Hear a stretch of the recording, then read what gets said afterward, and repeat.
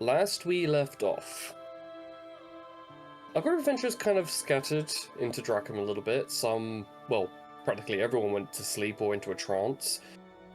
Richard found his way, finding a familiar and friendly face in the Priestess of Monsoon, who is the twin sister of his beloved Onyx. And then realizing the infernal heritage that's been involved in their bloodline for the past 15 generations. Additionally, there was the following of a certain captain to make sure he didn't skip town or leave or whatever he needed to do, calling him a nephew, which freaked him out because of choices and being somewhat related due to vampiric lineages. Someone had a wild night with an arisen. There was a few talks between deities as well. And where we pick straight back up is in the morning in James's room, being poked in the face by Carl, backed up by his two Bulgara bodyguards, as well as information that Asmodeus has been dragged and demoted down to an imp in the Bleak Emperor's anger and wrath. However, probably to keep a void contract up and above, as well as avoiding the Bleak Emperor for some reason, or an unknown one.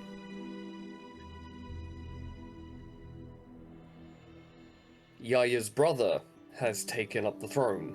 Now, he is neither a titan, a deity, or any type of celestial powerhouse. He is technically humanoid, technically fiendish. It's unclear where he stands now, but it is very much clear that he has taken up the throne of the Abyss. What he intends to do with that is unknown still. And Carl is there just tapping his fingers together after James just went, well, fuck.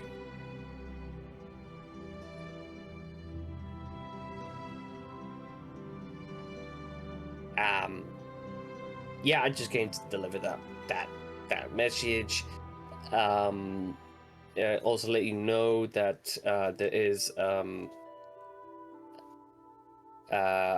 in your newer travels, be on the lookout for a bounty contract that may be delivered to you maybe a day or two after you leave this city, because obviously, have to start getting on the your side of the contract, but it only starts that way once you leave Dracum. So yeah, wanted to deliver the message. How are you taking it? Well, what? I could have sworn there was a blood feud of sorts going on for the throne. Yeah. Your friend's brother has kind of become like the ward of the throne, so whoever wins, he will, in theory, stand down, and that person will, take over. So whoever wins from the eternal blood feud that's been going on for how long now? Since the War of Tears began, and is called Eternal for a reason. So he took over as an interim Lord of the Abyss. Yeah. Carl, remind me, what are the dangers of an empty throne?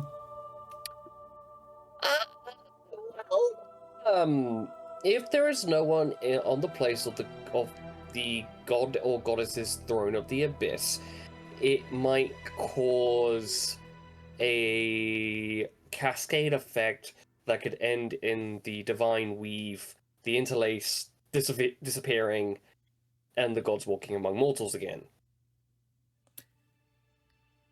So someone has to sit on the throne. Specifically, the deity was built for needs to sit on that throne. Right, because anyone else, and it could cascade into who knows where. Let's put it this way. There's a reason why the Bleak Emperor hasn't just sat on that throne.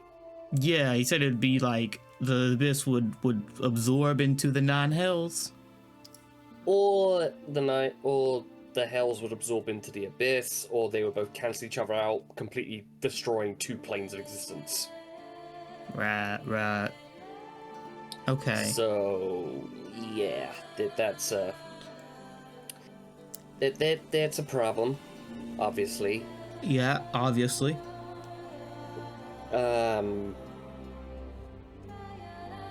But there's an additional good news, because Asmodeus is no longer on the throne, he doesn't have your contract. My contract was voided out to begin with. It was. Still is.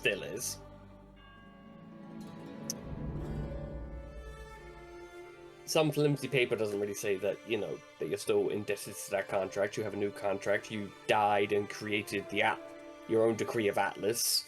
I remember. By dying. Yeah. And then being brought back painfully. Yeah. So, there's that.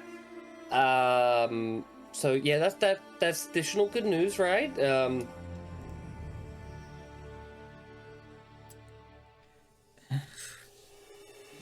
Carl, before you go, could you by chance just get my friend Yaya and just bring her over here? I guess outside the tent. Just before you go. Well, bear in mind you're in the tavern right now. We're in tavern. Oh, I thought I was in it. Yeah, right, the tavern rooms. Yeah. To be fair, at this point, Carl flies over to the window and goes, well, she's on her way. She's following a half-undead mortal. Okay. I need a large enough space to do a summoning circle. And what now? I need to do a summoning circle, and I need a large enough space to do it. For who? For my wife. She needs to be made aware that our daughter is currently, more than likely, with that interim lord of the abyss. Right. Well.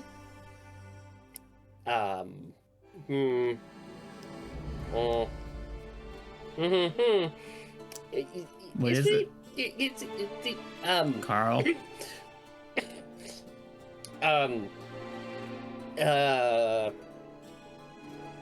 Well, your daughter is no longer in the abyss.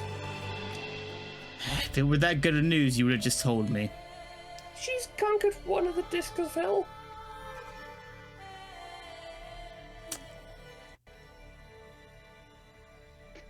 Killed the Baron. And dragged that disc into the abyss. Oh, fuck. Okay. It's known as the first abyssal victory in the Eternal War. And because you left the part of the blank that came to your daughter, if that doesn't get filled, the Bleak Emperor's gonna fill it.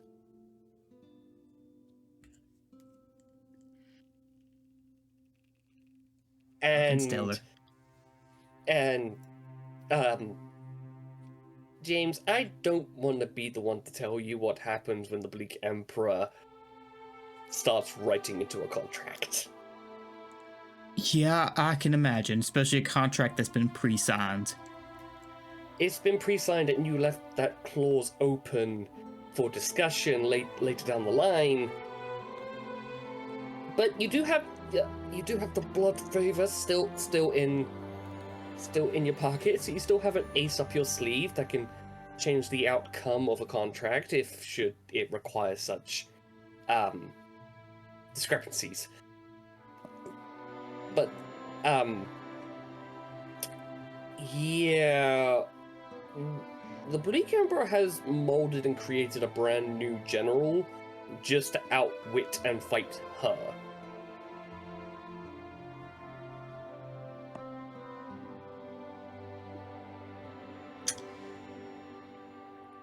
Fuck. I need to talk to my wife. I could send a missive. I can just summon her. You are aware that it hurts us when we get summoned, right? I'm aware. I'm aware that also the penmanship apparently of the summoning determines the pain of the summoning. Well, yes. Truth be told, how I got here was the fact that someone left a hell gate open nearby. Excuse me? There's a hell gate that's been open for the past half year. And when you say nearby, An hour away.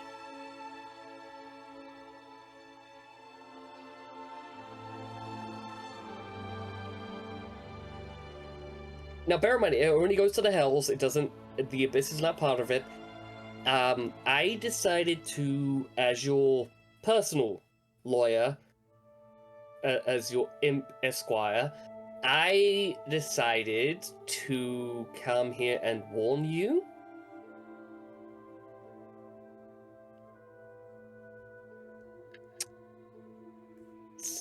So, yeah.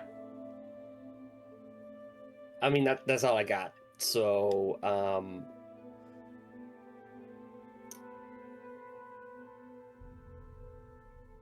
good morning. As he just starts flying towards the door.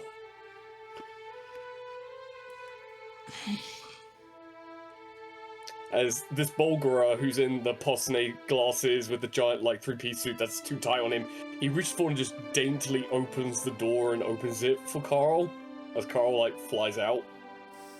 And you see as both of these two massive Bulgara turn invisible and just leave. And calmly and quietly just close the door behind them and lock it. I say that's a great thing because of the cloak. I can still see them. Yep, but yeah. You gather that's more for everyone else. Seeing two giant gorilla demons is not exactly something people want to see on a Friday morning. No, it's not. Any morning. Yeah, that's true. Any morning at all.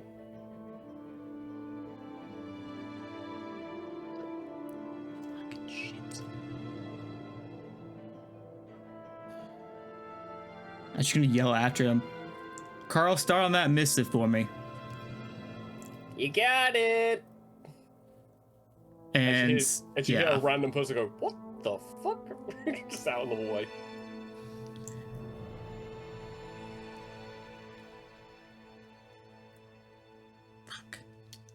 All right, I'm just gonna head downstairs because I know Yaya's heading towards the tavern. Yeah, it's around the time when Malcolm walks in with Adriana that if Yaya wishes to come inside and join everyone, it depends on how soon can everyone else get in, because Duncan is already behind the bar getting everyone's orders for breakfast. He couldn't stay in. He had a job to do. It depends if Daisy comes into the Twilight's View Tavern, and if Richard can pull himself away from the books for a brief amount of time to get answers. From the books, because it actually is books. Funny thing is, he's actually doing his research. He actually is researching. That has an infernal tone that's from the beginning of time, the beginning of when Zanara was created, like the five spheres. I mean, the fun part is that everybody, well, except for Daisy because she wasn't there for that part, but everybody thinks he was doing other things. Or hopes, in Kitty's Hopes. Yeah. But one by one, you all join the Twilight View Tavern. Duncan provides food for you all, which is like a nice salt and pepper omelette with red and green peppers involved. There's a wheat-based porridge that is very smooth with some blueberries involved. An additional, on top of that, there's hash browns with a slight, just slightly overcooked, but still crispy and still fresh. Is there a round table at the tavern? There is. That we could all kind of sit there around? is. There are 4. Okay. Just one big enough that we could all sit around, including Malcolm and Adriana. Yep, so Malcolm sits down first, and he looks like he hasn't slept. Adriana sits down in a bit of a huff.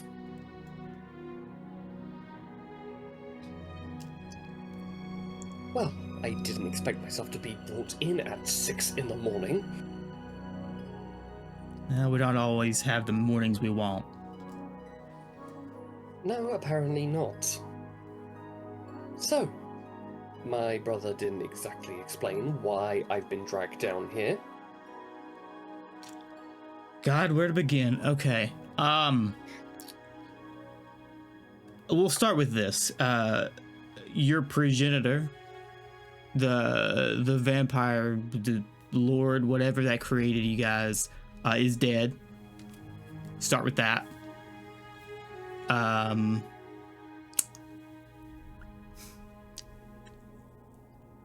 gonna need you to be very specific with your words. I'm going to need you to say that you are joking. Okay, let's interrupt. Ymir had his head ripped off by a dread solar under the orders of a vampire. That clear enough for you? She turns and looks at Malcolm, and Malcolm just goes, "It's true." And it's also true on the fact that our father was mad. He wasn't mad, he was just changed. You didn't see the monsters he made. Or did you? And now you're saying that he was just different. No, I knew what he was creating, and I knew that the ones that were in there were only the freshest of batches. The freshest of batches? You mean those others that weren't there? 3,000, give or take. And where are they exactly? Not here. Where they are, I don't know. But since we are getting everything out in the open, do they know about what we are? And Malcolm just goes, "Yes, they are aware. They know what we are." It's pretty obvious at this point. Well, but it is now obvious, seeing as how of everything that's come forward. And they weren't lying that a dread solar showed up. A literal weapon of mass destruction from a god showed up and decapitated our father on the precipice of he had become a traitor, a blasphemer, and a heretic in the eyes of Vampire. If you're having problems believing that, I can summon them. To be fair, you don't even need to summon them. All of you can sense the foreboding dread in the pit of your stomach. He is somewhere nearby. He, she, it's somewhere nearby. Close enough that if it was to reach out, it could tear one of your jugulars out, meaning it's that close. I think your delicious solar is somewhere close. Just a thought I might have had. And I thought it was just the bleak morning dew. Lovely. So, what? Okay. Yes, my father, my creator, had his challenges, and if he's been committed to the void, that is not my business. Is that everything we need to discuss here? Oh, Or not even close. Or can I go mourn in peace? Well, this involves the void halls, as well as a hell portal that's about an hour away from here. If the two of you would happen to know about that. Okay, apparently you didn't know about that. To be fair, Malcolm, like, his eyes go wide and his jaw tightens in actual surprise. So yeah, there is a hell portal about an hour away from here. Also, Asmodeus, the one who was sitting on the throne of the abyss, has since been dragged down to the hells, been demoted all the way down, dragged down, leaving an empty throne. That throne is no longer empty. You see, it has been usurped by what he is calling himself an interim lord, essentially taking the place of the throne until the eternal blood feud is resolved, which is a bit of an oxymoron, as you would understand. I'm sorry, eternal blood feud? Yes. So there are two. I don't even remember what they are now. Demon gods of some sort. I'm not quite sure. They're brothers, right? And they have the right to the throne in Una's place. But they are constantly fighting over who gets the throne. It's an eternal blood feud, never gonna end. Here's the important part, though. The person that took over the throne, and I just kind of look at Yaya, is your brother. Say what now? Your brother has taken over the throne of the abyss. And apparently has sent my daughter to conquer one of the discs of hell successfully, and that disc has been claimed by the abyss. So that's great. At which point Malcolm just pats his sister on the shoulder, goes, just give him a minute. So let me get this straight. Everything that the Bleak Emperor promised in his blood favor to me has just been thrown out the window, and he has just proved himself to be as untrustworthy, disreputable, and has about as much respect and honor as a lowly cockroach. In fact, I would probably trust a cockroach more than I would trust the Bleak Emperor at this point. So he is now officially a complete and utter piece of shit. Reputable and honorable, I'm not quite sure of, but if there's one thing I've learned about the Bleak Emperor is that he stays true to any deals he makes, which it makes all the more curious as to why your brother is still alive and now on a throne. That's confusing to me. And he is in hell, or is he in the abyss? Your brother is in the abyss. So how do I get there? A question. How did you find all this out? Did your wife show up? Oh, Or maybe no. Carl, yeah. Carl came through that. He came through that aforementioned Hellgate and dropped this little nugget of information on me. First thing in the morning, mind you. He woke me up with that information. It's great. Well, that's nice of Carl. I mean, did he look better, at least? He was wearing a full suit. Oh, that's so nice. It was made of skin, but it was still a nice suit.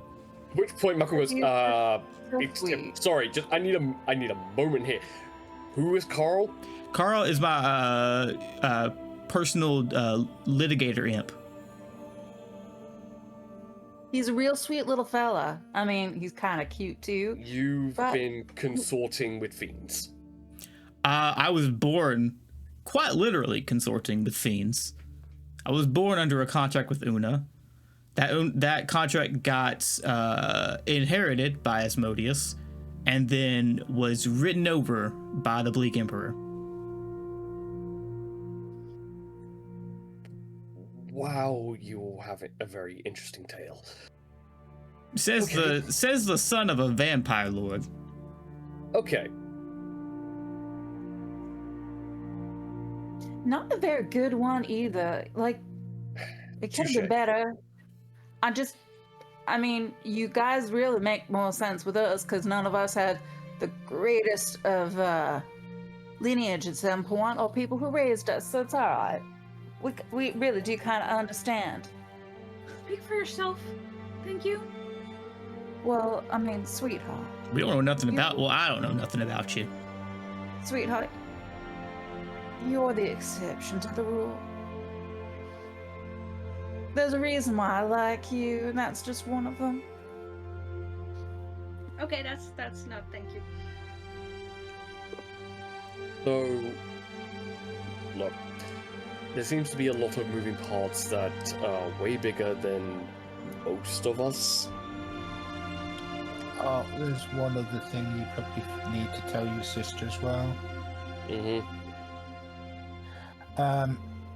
There's probably going to be an imminent attack on this village by the masters of your former sire. You know what? They might send those previously mentioned 3,000 vampire spawn things. They might be the ones coming. At which point, Adrianus goes, they were known as the Haze Blood Brood, and there was meant to be...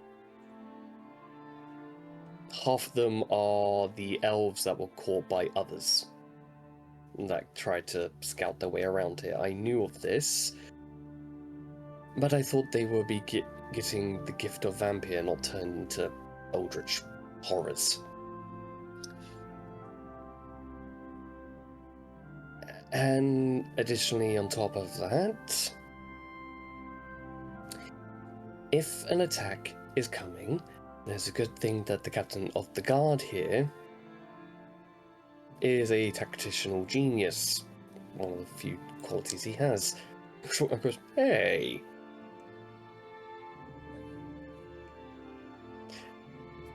At which point Adrianus goes, like, you hear in your head, James, I saw that emotion in your head, let's not do that again. You know. Just saying. Just because you can detect when doors open.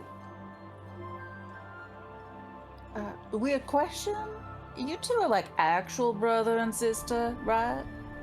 Yes, we were You're not- born literally a minute apart. Oh. Well, that makes more sense about the dynamics going on. All right. I was just asking. I mean, you seem a little oddly liking to puff each other up at points, but We're siblings, that's what we do. I wouldn't know. Well, let's put it this way. If an attack is coming, you would have to, one, deploy the entire garrison, and two, if it's coming from the outside, we can deal with that. If it's coming from the inside, we can also deal with that, but it needs the go-ahead from the alderman of the city.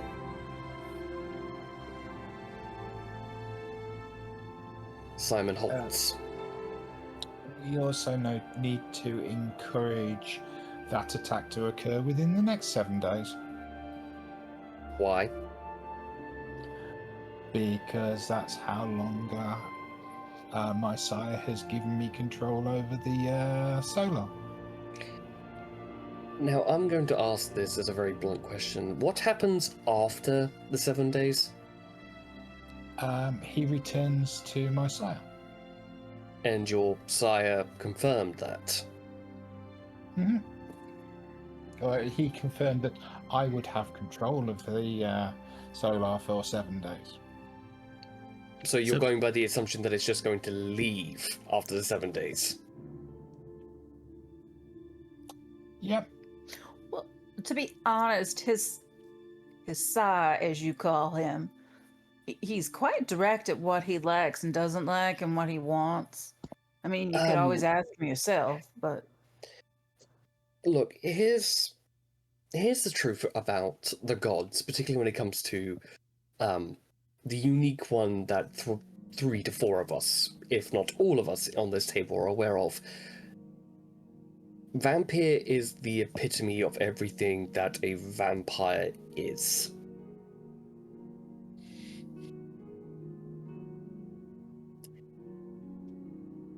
I might have the veneer of a noble woman, but that doesn't stop me from hearing every single one of the heartbeats in this entire room, and wanting to tear them out and drink from them, like a coconut.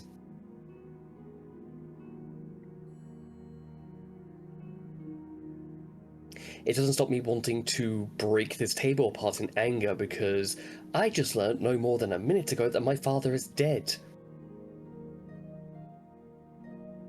By this Solar's hand that I know I can't defeat in combat.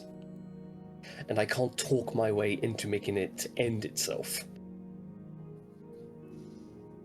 Now, when you say father, do you mean birth father or just vampire father?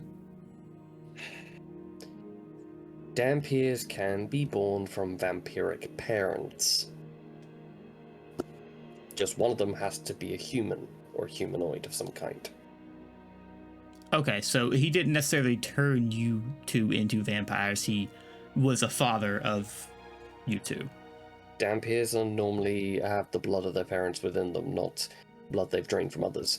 But to be fair, since we're getting everything out in the open, Dampiers have a very unique hunger. It's not always blood. What else could it be? Well, mine is spinal fluid.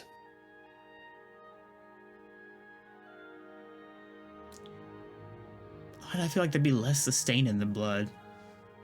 You say that, but bone marrow comes from the nerves.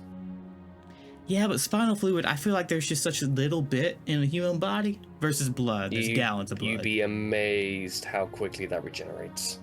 Oh, yeah, fair point, fair point. I mean, it leaves them paralyzed for a day, but it's fine. Yeah, I see there was a reason I didn't like that. And Malcolm just goes, I just tend to stick to raw meat. It's a little bit safer.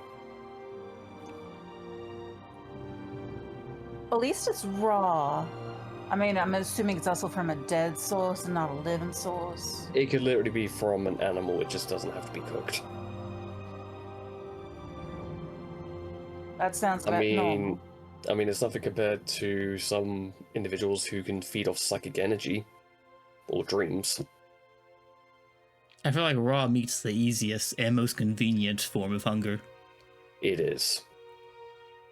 But we have to feed twice as much. Because we are more in tune with our emotions instead of the more apex predator sociopathic tendencies that vampires tend to turn into after a while. Just The let's more just look years- at Adriana. Adrian just goes, I'm not that old. I just have a very logical brain, and that is the end of it. Logical. Interesting. You say What is- logical. But, Well, I it's- mean, Prim, proper, and presentable. my father would have quite enjoyed a company with you, I'm sure. She does a massive sniff. I can still smell the lich ash on you. Well, it's not my fault. We don't... There's not a lot of parents that are good ones, and the ones that are good tend to be killed off rather quickly. They often do, but just be thankful that, you found out about his issues. You should have started yourself if you knew. I'm just saying. I'm not telling you what you should or shouldn't do, but you guys could have solved this yourselves if you understood. At which point Malcolm just puts his hand up to get his sister to stop talking before another, row of petty argument might begin. I tried more than once, and as you saw, it's... At the end of the day, a parent is a parent. You caught me in the middle of trying to talk him out of the situation before drawing my sword. If I had tried, I would have probably died then and there. That being said, there are laws in vampiric society, means that you can't go against an elder unless with probable cause. Now, he never told us the ins and outs of the vampiric law. Otherwise, by duty alone, we would have been bound to stop him. But when you don't know, you don't know. Additionally, on top of that, killing an elder, whether it be justified or not, you need permission from the other 12 elders. Which means traveling into the plane of Sanguine and traveling to each one of their domains and communicating with them. Not their herald, not their maker, but the elder of their clans, the first one the vampire turned.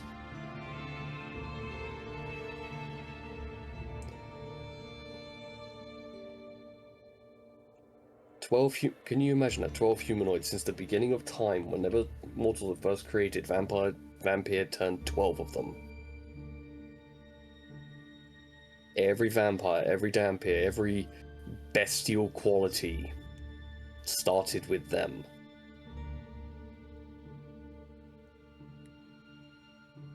It's the reason why they don't walk on the material plane anymore. They walk in a, like I said, the plane of Sanguine, which is a spiritual plane, an in-between.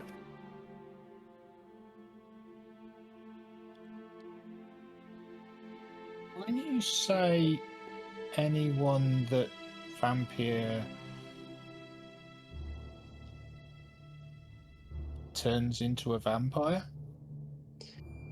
He's only done it a number of times, so the largest quantity was the 12 that he turned when it was 0001. Okay. And has he done it to many others?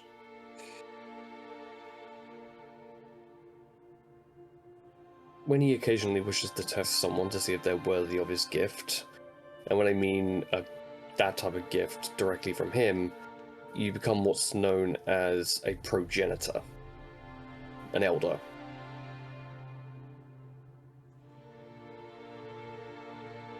But there's always a test that comes with it, and after a bit of time, he either agrees to turn you because you gave in to the baser instincts, and then he teaches you how to control the instincts, or he drains the blood out of you and reverts you back to a mortal. At least that's how the story goes. If you fail his test, he drinks the blood out of you. Rendering you mortal, like taking the vampiric cells. I should say, by which I mean, if you don't give in to the instincts. If you don't mortal, it's the only one of the more safest and cleanest ways to be cured of vampirism. And if you haven't done anything that would cause you to live for a long period of time, then time would not catch up to you. You just get like a month to 2 months older. But you keep your vampirism if you give in to the tests, right? To be honest, I only know bits and pieces because I've studied the occult of vampiric lore and religion, because they have their own theology.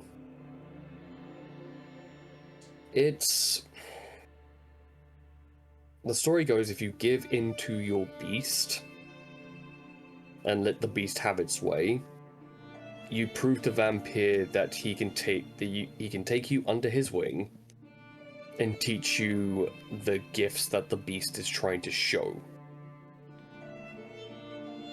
Now that can be an arcane practitioner, blood magic, extreme enhancement of strength or vitality, manipulating time around you, but the beast has to be in control in order to manifest that ability.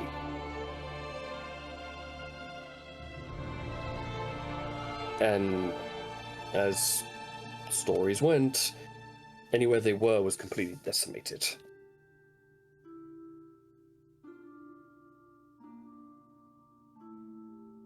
So, for instance, there was one that was my father's creator, who was the elder of the magicians, that resides now on the plane of sanguinity. He caused an arcane explosion so large it tore a demi-plane in half. That ended up ripping into this reality, and apparently one of the islands that was once part of the Elven Isles of Thistlewood was completely obliterated.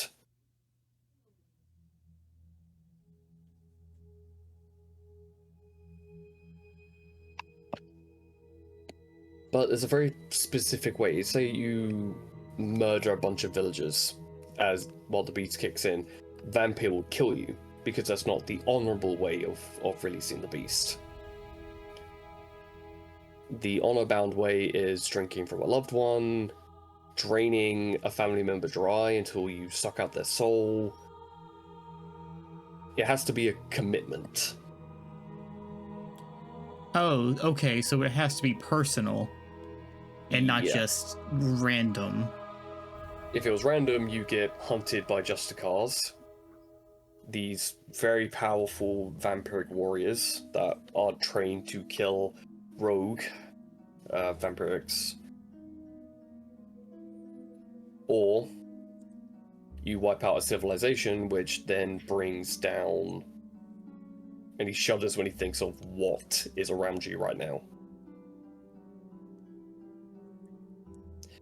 The severity of the crime dictate what comes for you if you don't follow the law. Like my father, turning corpses into eldritch abominations. At which point, before Adrian could speak, I just raised his hand. That's what he was doing. That's neither here nor there. It's done. Why are you not grieving? I did grieve. 20 years ago.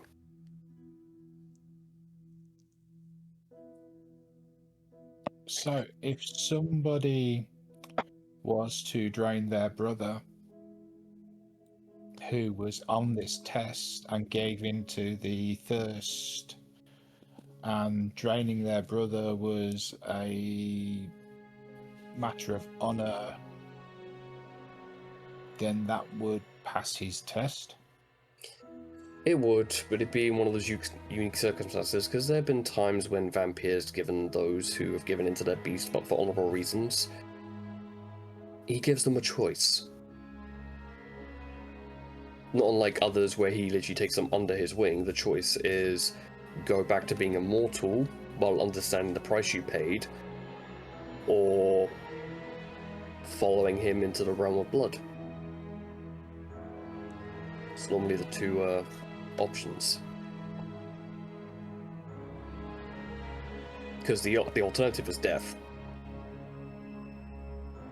So he gives you a taste of the power.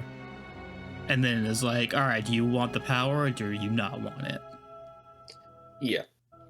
But he doesn't tempt you into taking the power. He doesn't tempt you in wanting to keep it. All he does is offer the choice. He then either permits himself to give you the Kiss of Midnight, which is a full transformation into a pure-blood progenitor or elder vampire, starting a new lineage, direct from his own bloodline. Or he simply embeds his nails, by theory, into your tips of your fingers, and takes all the blood out that he gave you in the first place, leaving you as you were, mortal.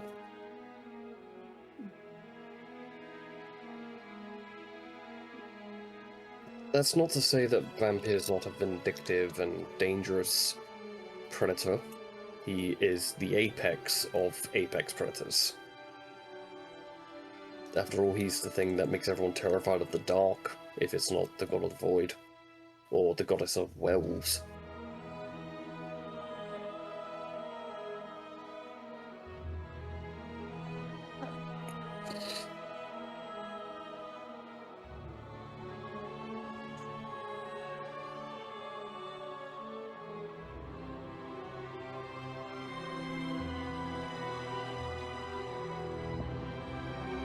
My question for all of you is,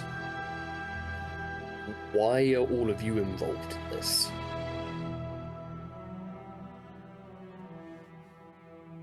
Right place, right time. Sounds like wrong place, wrong time, if I'm honest. I Yes, put my it was. glass staff on the table. Look at it. Luck of the draw, I guess. I mean, it's only the wrong place, wrong time if something wrong happens. And so what did happen?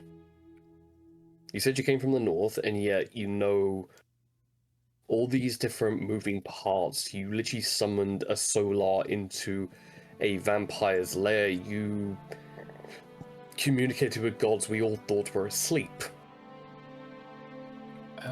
You are aware of the monsters or masters from the deep, however they want to put them. And you are also all aware of the growing dangers around, way more than I would have considered. Just to clarify one thing, we didn't summon a solar into that location. Well, Want to go in on a technicality now? I summoned vampire into that location. and he was obeying the rules that all the gods need to adhere to. That makes more sense. Does it? Does summoning a god make more sense than summoning a solar? Well, it means that he sent a proxy, meaning he's, by all accounts of what's recently happened, he upheld the divine law. If he broke that law and showed up, it would have started the War of Tears again, but I'm pretty sure it would have just been whoever's been awoken, fighting each other. Oh shit. But it just means that everyone is keeping to their word, as it were. They're quite nice. I'll take your word for it. I'm not really in the mood to interact with gods. I'd have a few choice words, Well, particularly for a few. Yeah, especially when they turn out to be untrustworthy dickheads who of no honor, like the Bleak Emperor. Oh boy. If he's one of the ones that are awake, it means he's. I wouldn't say that to him. No. I would. I'm just gonna. Actually, I don't even need to call out. Is Carl still around? Invisible or No. not? Okay. No. Like I'm like, oh yeah, I can just see invisible. I can just look around to see if he's around. But I will say there is a pit in your stomach that isn't going away.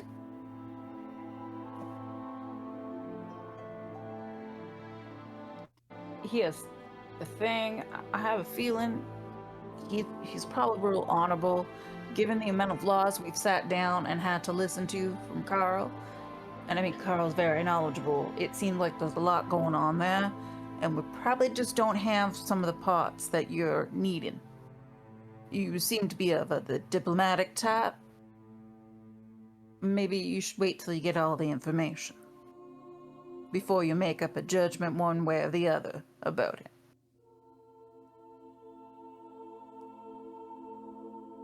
Because Kyle's been very honest with us in the past when he's found some legal information that was,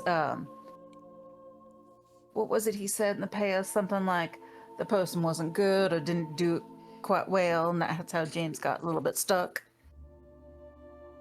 Okay, I am willing to defer my opinion of that two-faced lying piece of shit until Carl finds some evidence against him and a reason why he Why don't sort you of just? broke that blood oath. why don't you just talk to the Bleak Emperor? If he supposedly went back on a blood oath, a blood vow, blood favor, there we go. Then he would answer for it. So just why not try and talk to him? Or are you only are you only able to talk to Vampire?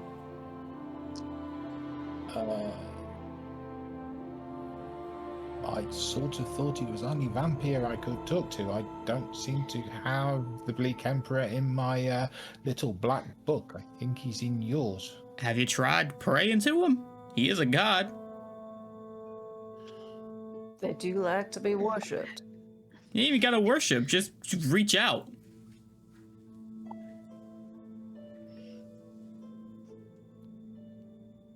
Because I don't want to, I don't want to call my boss up and be like, hey, this lady over here is talking shit about you. Like, that's not my job to do. Okay. Yaya will just close her eyes and Oh no. Is there any in town? Oh, it's more likely that Yaya will be pulled into the Bleak Emperor's area.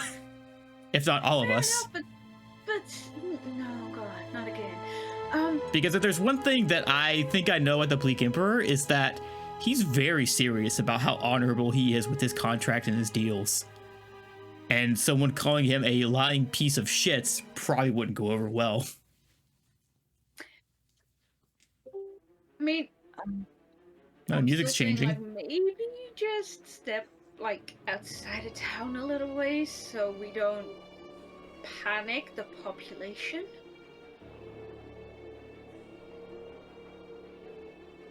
Because this music is sounding like panicking population. Two-faced lying am I? Never mind.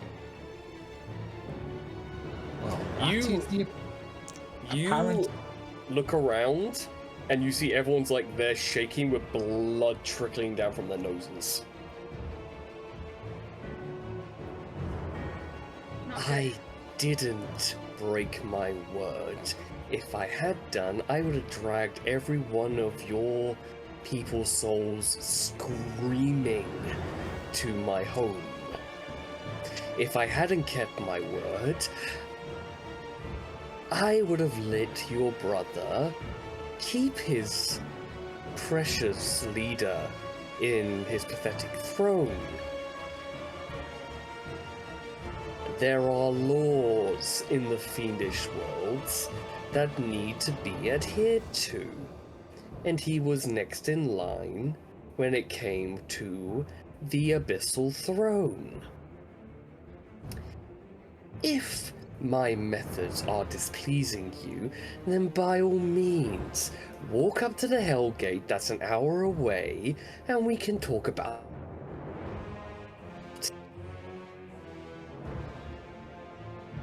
I would rather just go up to my brother and talk to him and cut his head off in a duel. Well, then you better get comfortable with the throne, because that's where you're going to be permanently sitting, if you do that. I would also like to point out that the reason why your brother's on that throne is because he stabbed one of the demonic brothers in the back. And took his place. I.e., he voided his own contract to keep himself alive. By definition, he is no longer my problem. I can't touch him because I can't get involved because of the stupid divine law that's in the way. So forgive me if I've just moved a little bit too slowly to your mortal understanding. However, it does still mean that the promise that you gave me through that blood favor has been broken. No. Really? Because I favor that- haven't stopped trying to get to him through all my means possible. I keep my promises, and I'm bound by that blood oath to keep that promise. I don't break them. Then how about making me your means to get him?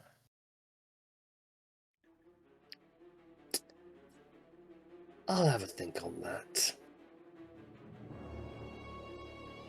But perhaps you should think on this with a little bit more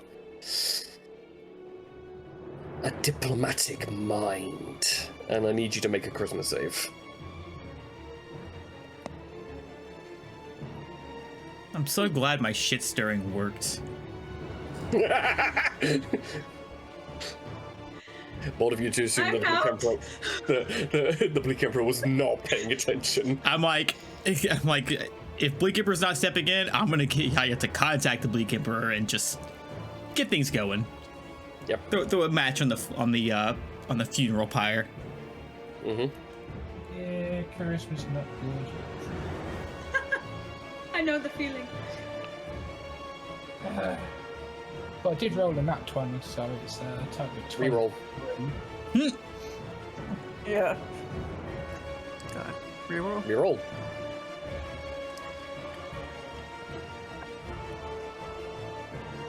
You insulted the man. 21. 21. Hey, quick question. Mm-hmm. The luck action of my sword, it doesn't indicate who the reroll would be for. It just says you can roll one roll. Yes, but I think that's more to do with you than... So I can't force Yaya to do another reroll? No. Ah. However, you aren't incapacitated and you are taking half damage. As Rowlathim's psychic lance gets shot at you.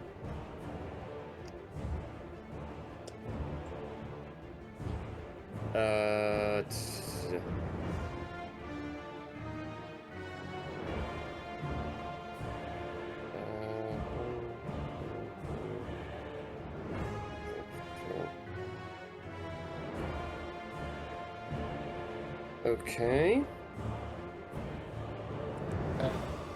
You take 10 points of psychic damage. I was going to say, was that a spell? It was, but you don't have a line of sight of where it came from. And plus, this particular spell doesn't require them to even speak, they just need to know your name. Okay, it's just the magic resistance. I don't like this. What's great is none of us know this is happening. We're all frozen in time right now. Well, no, you guys are not. Oh, okay. Just and no one's frozen in time. They're all stuck in place while their brains are bleeding. Ah. So we're mentally frozen in time. Everyone around you is, including the people you swore to protect, as you see some of them have dropped to the floor. I don't like this.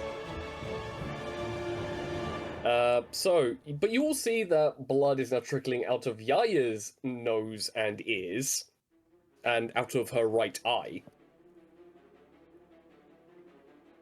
Treat your next few words with me very carefully. You may have Vampire's eye, but he can't be everywhere at once. And to the rest of you, any more complaints I should be made aware of? As you all hear that in your head. I just had a question. Yes. Carl informed me that if I did not fill in the part about my daughter in our contract that we left blank, that you would fill it in. Is there a time You hear frame? the entire tavern creak. In that moment, you feel the tavern shift by a meter. Again, I would like to state we should have just moved outside of town for a minute.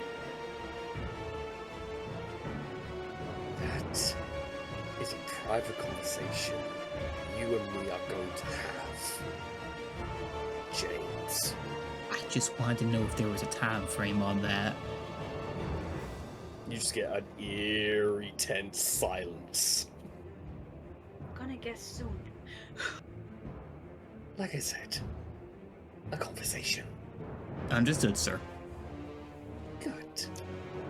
I just wanted to say hi. Nice seeing you again. It's like you get the feeling the gaze is now turned towards you, Kitty. Yes, well.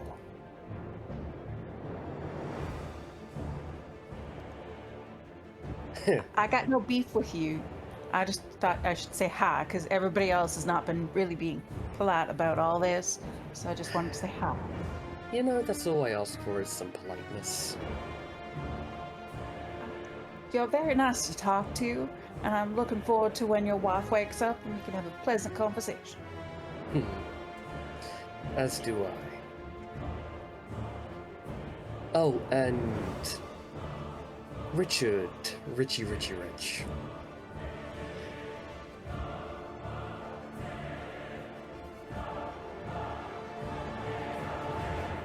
It seems you're delving into some old books.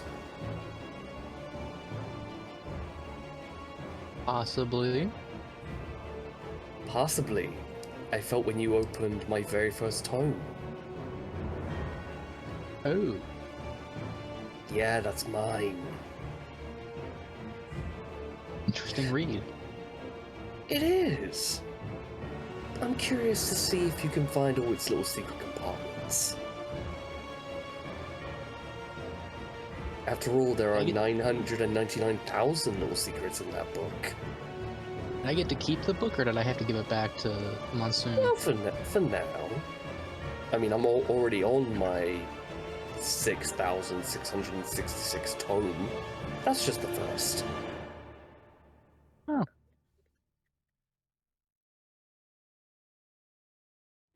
Just bear in mind that it's mine. So treat it well. Or People do. Or else, I'll make a brand new one with your beloved skin. Am I clear? Message is pretty loud and clear, but a question. Why is your anger pointed at me now? I didn't even do nothing. I was just sitting here.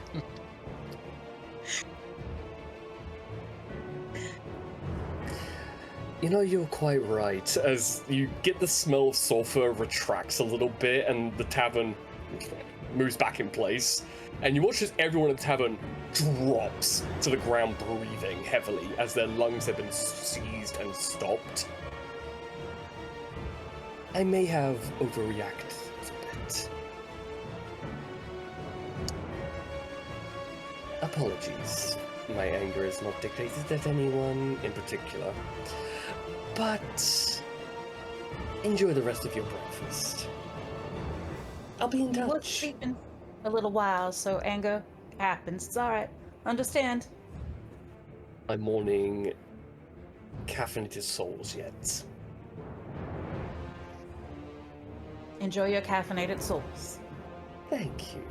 As the presence leaves, it almost like crawls away in the moment of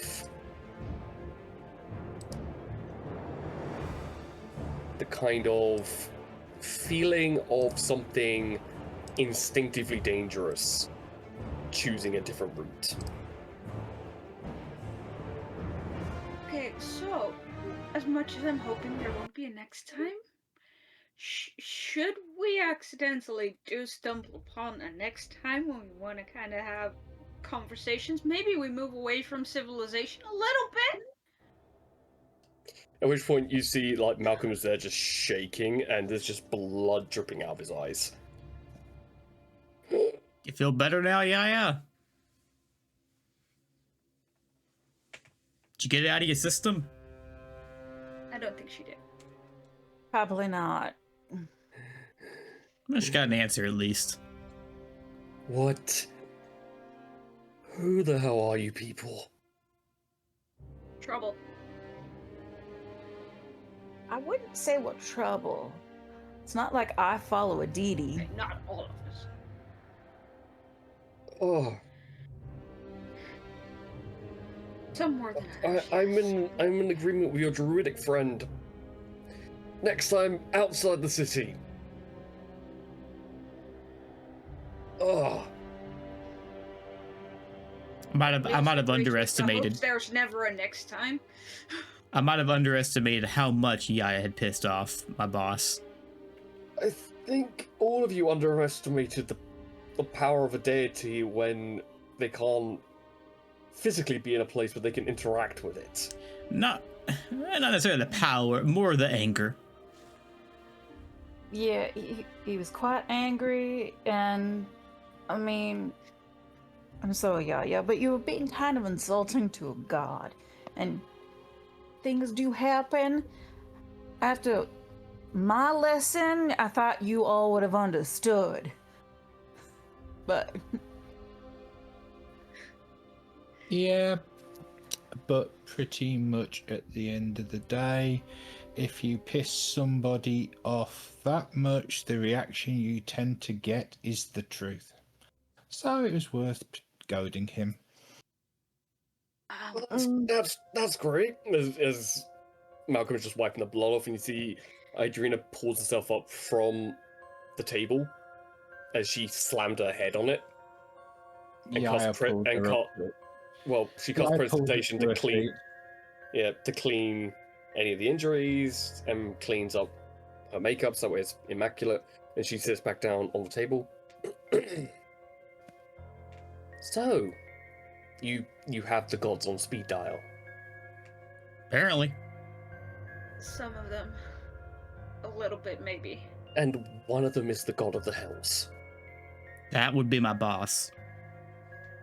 Oh, lovely. That might be my fault a little bit. Teensy bit. Just yeah, like it's not my barely fault. at all, but just a little bit. Kitty, no one's that saying it's your god? fault. It's not my fault Kitty, at Kitty, all. no, Well, no one I is saying mean- it's your fault, Kitty. I mean, I am. Because No, she was the one who woke up the first one, so I just kind of was like, hey, maybe I can kind of tickle one as well. And then, whoops. You cannot blame Kitty for that one. That's on you. yeah. Me accidentally Okay, yeah. waking up a number of gods was an accident.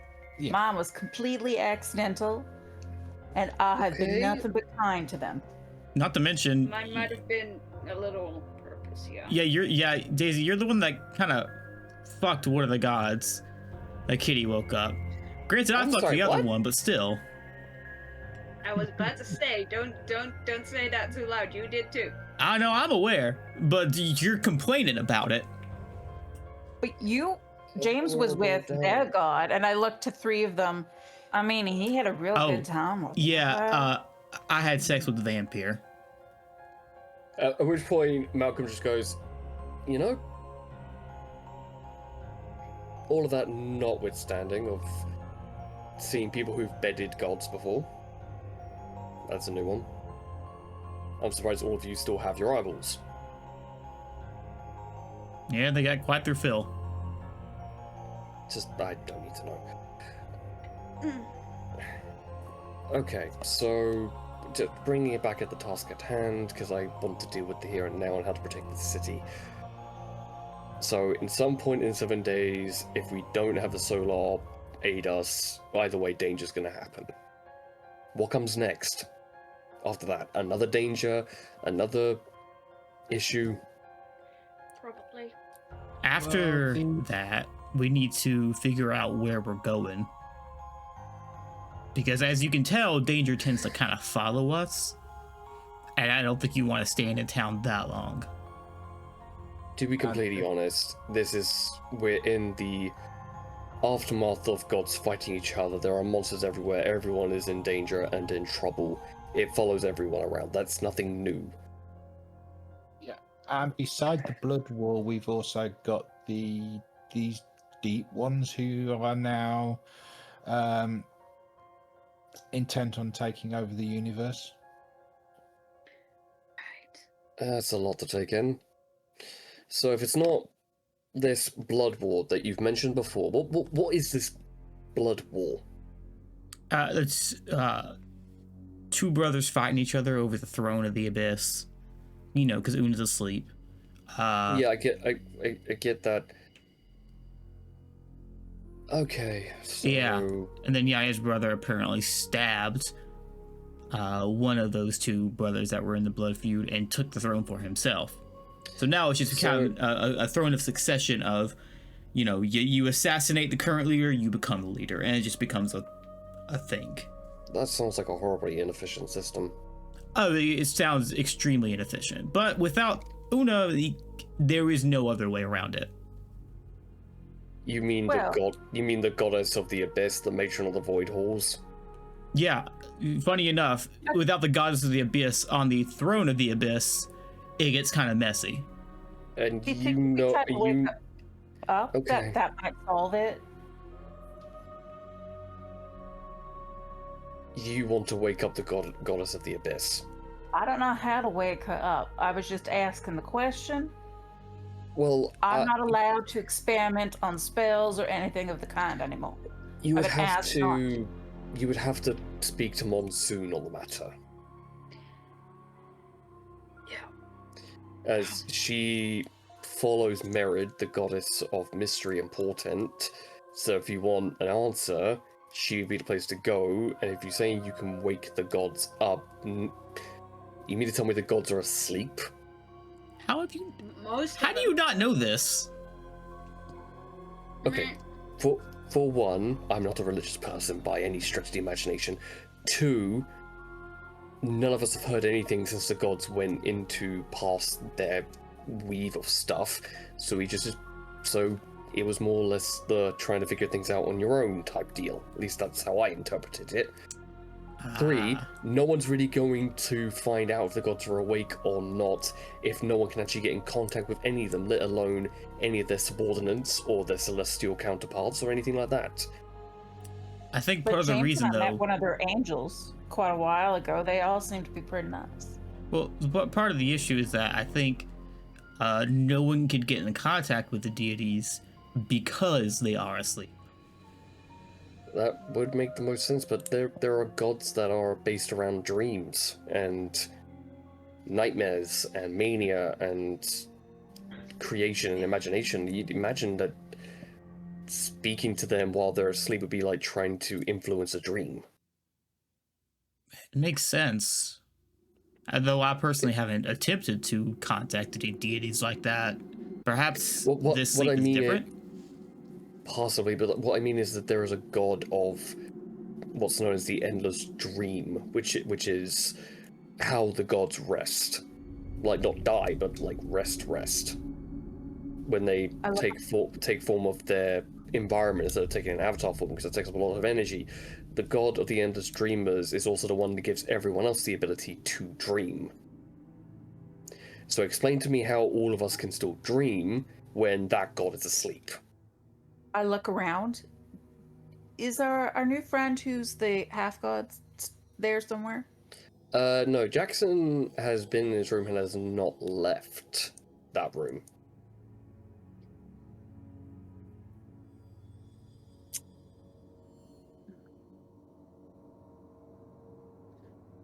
So, does anyone have an answer as to how we are still being able to dream and how we're still able to sleep soundly, even if the god of the endless dreamers is asleep? Well, there's two options. Bill? Either one, they're not asleep, or two, their power works despite sleep due to the nature of their being. That could also be the same said about the god of mania and nightmares. Does mania and nightmare still exist? People Nightmares have bad... definitely do. Yeah, people still exist. There are people who use their nightmares as power to funnel and do horrible things to others. But here's another thing about, like, dreams and nightmares. Maybe they are so ingrained in humanoid souls that they just happen because of that. Well, Oh yeah, because I was gonna say, well, what about the god, like gods of imagination? But imagination still exists. That would be Aros, which is the god of innovation and creativity. That's his whole gimmick. Yeah, that one's still not That one's still away, going. as far as I know. I mean, yeah, people still create objects of Yep. beauty or objects of war. They get inspiration. But again, that creativity is so innate to. I'm gonna just call it humanity for now, but that maybe Well, that is something that is a piece that was left behind, and the actual god can sleep, but the little piece of him left behind. well, I mean, there's Oh, a theory that the soul or the spark is a literal spark of the divine. It's a piece of them. well then that could explain some things. Well, hang True. on a second, because Vampire was asleep until recently, but Like vampires still existed. You still existed. Well, yeah, but we're a unique case. In what way? Dampirs have a soul, in a sense. It's a bit dimmer and not exactly very healthy looking, but it's still there. And your Vampire, father, he didn't. he didn't When did he come back? exist? He came back to his now is no longer eternal life, but he came back to his eternal life 3,000 years ago. And when vampires come back, they come back without a soul. Hence why they're extremely dangerous, greedy, and prone to baser instincts. Which, to be fair, are not really imaginative, dreamy, or nightmare-y. No. But if that's the case, the eldritch side of things that we witness would have been inspired by Gala, the goddess of Arcanum and eldritch lore. She's the one that allowed apparitions to become a thing. Like beholders or mind flayers or Elder brains? yeah, that's an additional one. But there's also gods of war and blood, power and psionics. But something that Despair. is created doesn't uncreate just because the maker is asleep. True, sometimes a creation can destroy or be recreated or reimagined. But if we're going down this theory that the gods, when they made a soul, when they made all souls that could ever exist and still exist if you get reincarnated or resurrected or whatever, is a thread of every one of the gods. That way we could continue without them. Mm-hmm. That still doesn't explain certain things. Because yes, we can dream, but it's only to what we can imagine, not what is a potential. Prophetic dreams, as it were. Yeah, it's what we already know, rather than potentials. So, But if people don't dream, does that mean there's no way to communicate? This is uncharted territory, so I'm unsure. I'm aware that there are some gods that are literally the personification of time, destiny, reality, the tangible. And they need to be awake in order for those things to exist. And yet they exist. or for those things to be actively growing. That's a difference as well. It might not grow, but what was made is not unmade. Just because someone sleeps, it just can't grow without them tending. Well, here's a question for you as a person of natural energies. What happens when something can't? Well, what happens when something can't grow? Stasis, or sometimes it withers and dies. Depends on what it is and what it needs to grow. I mean, Well, some but- plants can stay in a small jar forever without growing, but doesn't mean it's dead and it doesn't stop existing. It's not exactly Whereas living either, others will though. wither and die. No, it's not. But the point of it stands that just because it doesn't get everything, it doesn't stop existing, and you could technically take it out of the jar and place it in a place where it's got everything it needs, and then it grows again when you tend to it. It truly depends, and then others are withering and dying because their conditions for just surviving aren't met. It differs for each and every aspect. everything needs to be fed. Everything needs something to feed it, to grow, to become stronger. It's why when we see there is some plants that grow on cliffs and mountains, passes, that the root system isn't quite the same as those who are growing in a lush forest. They're both getting different things, but they're not quite as strong as the other. So, You can't transplant them to somewhere they won't thrive. so if we put this context with the gods being asleep and yet things are still running, does anyone see my worry here? Not advancing. We're becoming stagnant. And when things grow stagnant, resources run out eventually. Or the world might stop spinning, or the stars might start snuffing themselves out because there's nothing to maintain them or keep them going.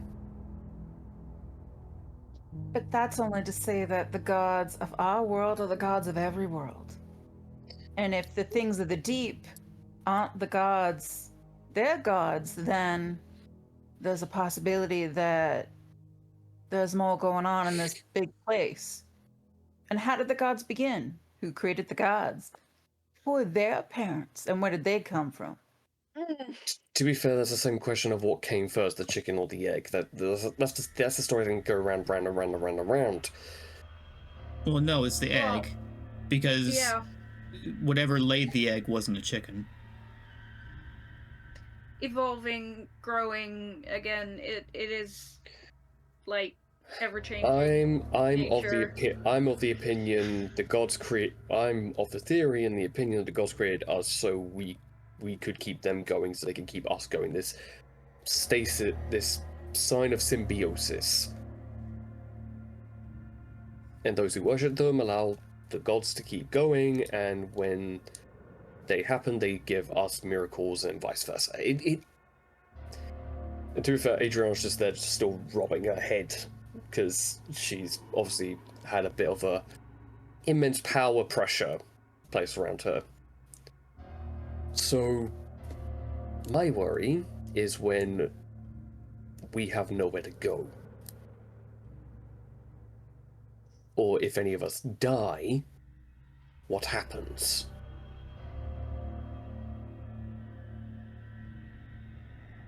Well, right Oh. now, Or- the only place the soul could go would be the hells.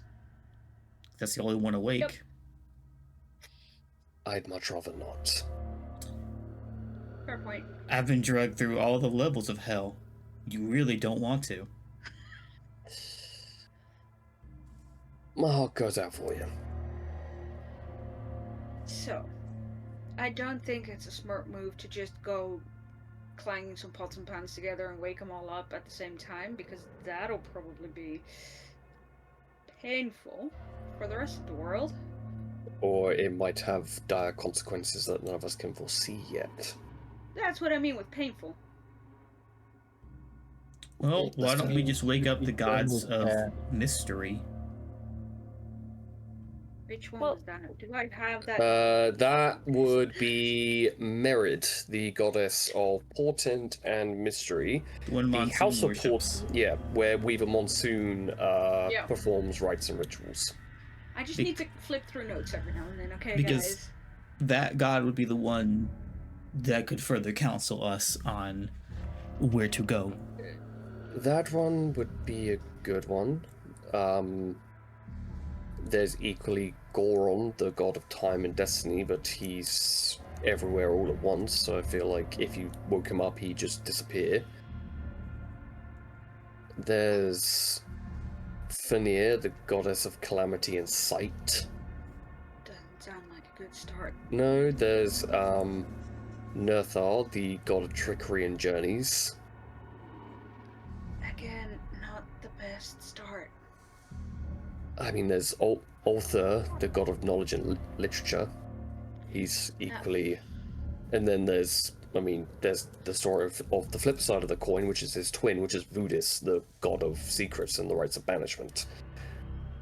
But you'd have to you'd get more luck getting literal magical essence from a stone than trying to get secrets from him. At least that's how the stories go. I know this may be a slightly radical thought, but Wouldn't be the first time. I sort of feel that things have got worse recently. You clearly have the most success with dealing with the portents and everything. And at that point in her mind, Yaya makes the decision to stop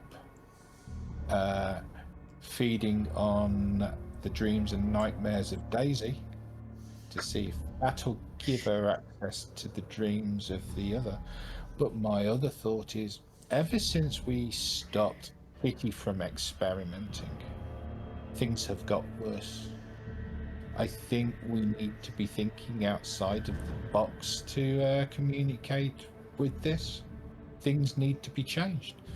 Things need to be kicked into gear. Things need to be stopped stagnating. And let's be honest, when Kitty's experimenting, things are not stagnating.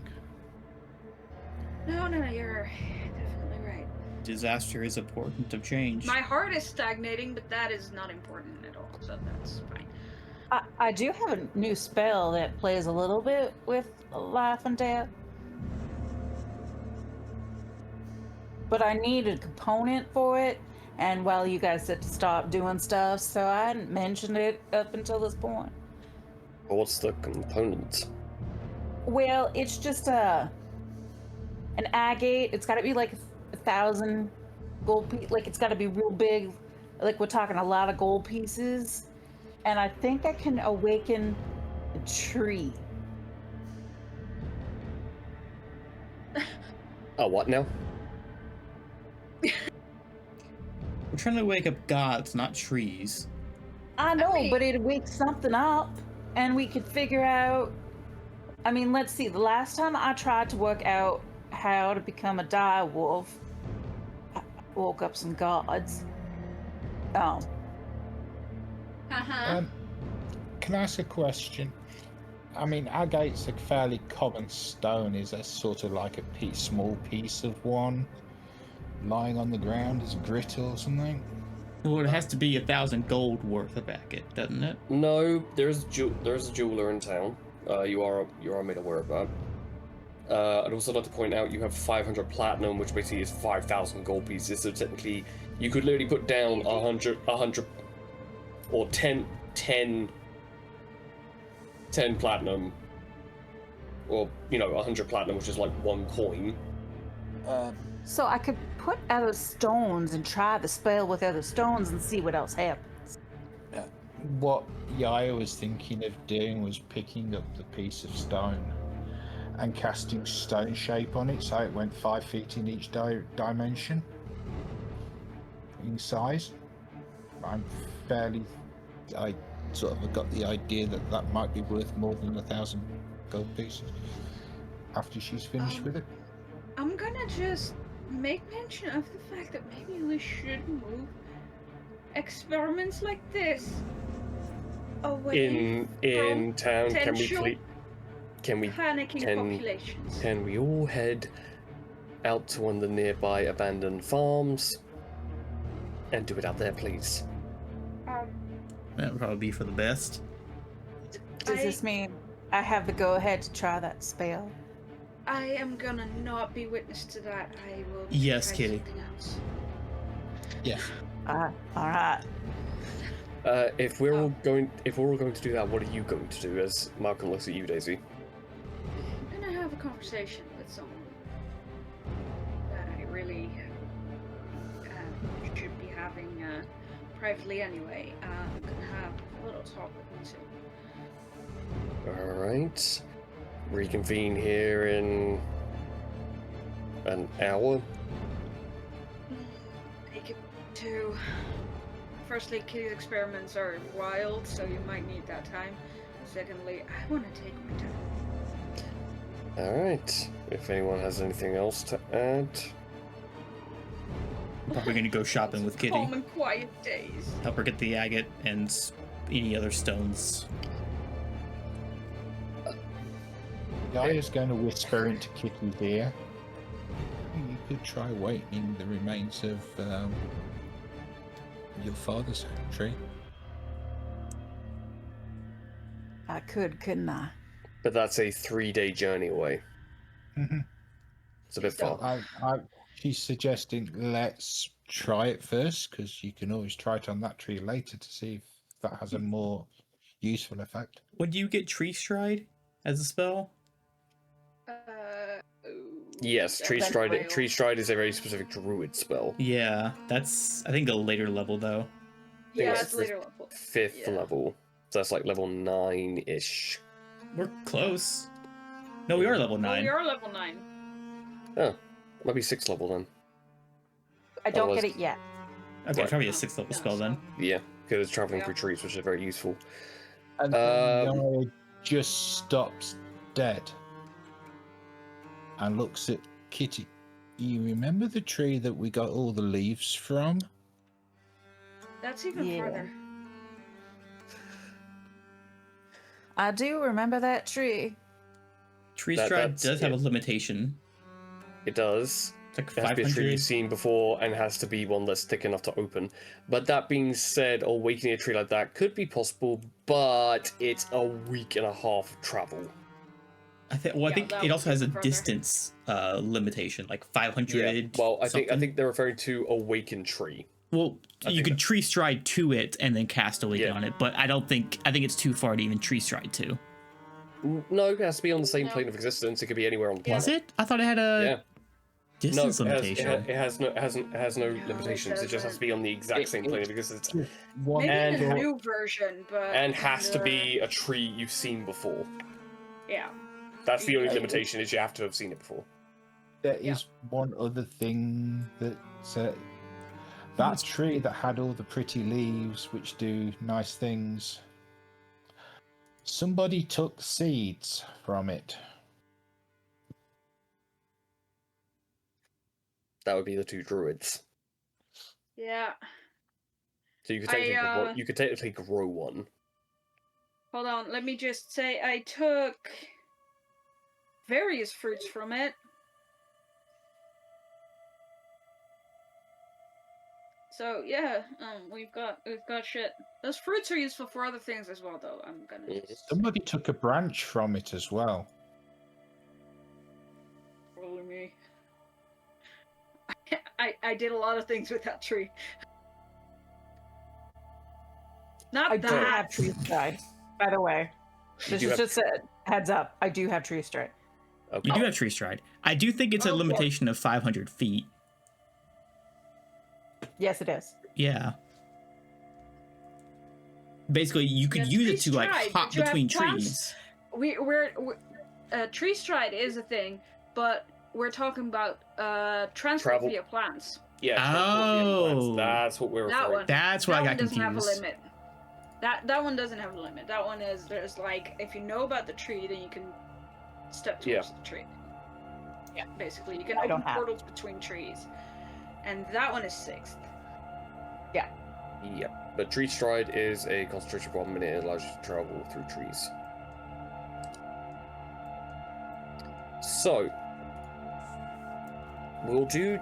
we will do Daisy's interaction first.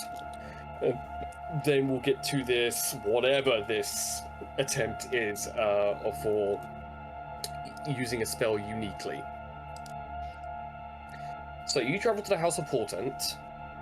Mm-hmm. You find Monsoon is currently coming out of the library area, and it's pretty empty. It's like 2 people, and they're at the like corners and they're praying in their own way. Just before stepping into the temple, I will say I kind of grab the deck of oracles that I have and just kind of like look at it and go, okay, let's just get this over with. We need to have some answers. Help is mostly what we need. So let's just get through this. And then just kind of like takes a deep breath and walks in with the deck still in her hand. So she's walking in with that. Okay. So Monsoon sees you, waves, and gestures for you to come over. Beeline. Good morning. And depends on the definition of good. But it was You've morning. Well, you look like you've had a bit of a rough start. So, what brings you into this place after a day like yesterday? Well, I mean, James was speaking out of turn, but not wrong, when he said that I have some things with predicting the future. And I just kind of waved the deck around. I've been using this for it. You've been using an oracle deck. Yeah. I'm not saying that I couldn't do it before that, but it's never been very predictable. Well, the future rarely is. Well, time, place, triggers, anything was all over the place. And this is at least, you know, time, place I can choose. But I guess I kind of wanted to learn more about all of it. Portents, mystery, the gift of sight, divination. Yes, I mean I don't, but it'd be useful to, you know, look into a little more. Well, the first thing is when it comes to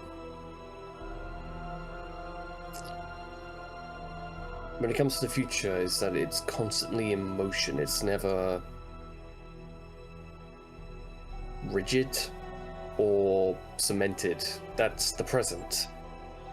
And the past is as rock as stone unless you change your fate. But that's what makes the future so interchangeable.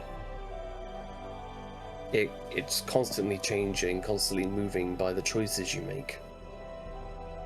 And depending on what choices you don't make or do make, it ripples and shifts and changes the stream, causing the river to continue to be fluid.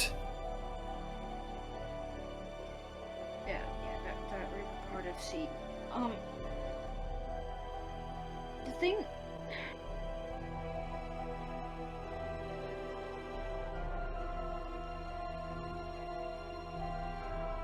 thing about these cards is that I've maybe communicated with gods a little bit with them.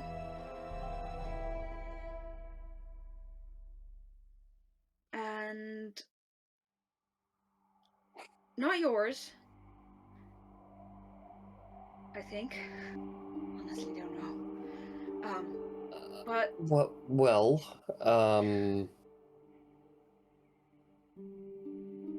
my goddess, the mistress of mystery, the goddess of portents and future seeing, Unless you're actively looking for her, normally she wouldn't show up if you're just absentmindedly searching through the threads of fate. At least that's what I've been taught. You have to be actively looking for her to communicate with her. At least that's how it was originally. How it was originally? Well, it's not working anymore. I've tried reaching out, but hit a wall. So... But that's my own struggles. Most of the time, divination, if you're not very specific on what you're looking for, and if your mind wanders at all, you tend to end up in locations you don't want to be, or locations you didn't intend it to be. You have to have a clear mind and a calm to go with the flow instead of trying to go against it, because it will win. It's time, it's always in motion, it's always going forward. But divination is allowing you to see one aspect, one potential avenue. No one can really fully control time, but you can alter fate through subtle motions and movements and eddies, as it were. The difference is how you act on it. Now, you could see if you look, say, through the Oracle deck and you see a portent you don't like, by going through certain actions you may avert it or be the causality of it happening. That's the tricky side of divination and being a seer of any kind.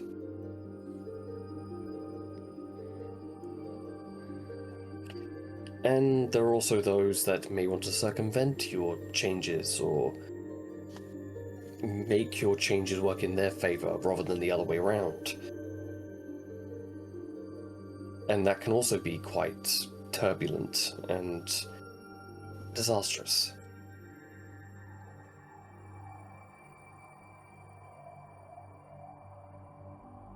But it seems like most of this you had already figured out. Yeah. So what has piqued your curiosity? How can I be of help? What do you know about the current situation of the gods? I know not everything is as it seems right now. I know I am but one of... My church is one of 4. There's the altar, which is the church that belongs to Agala, the goddess of magic.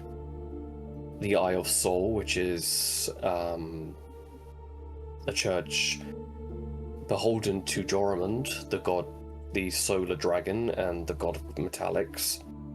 There's the Starlight's Hand, which is belonging to the goddess of stars, as in the Lady of Light, Zodia. Those are the 4 main ones that we've managed to build. We plan on building many others, but those are the ones we've followed the most. And there's my one, the House of Portent. But none of us have been able to reach out to our gods. Do you know why? I don't. I'm unclear if anyone else does. How stupid am I gonna be?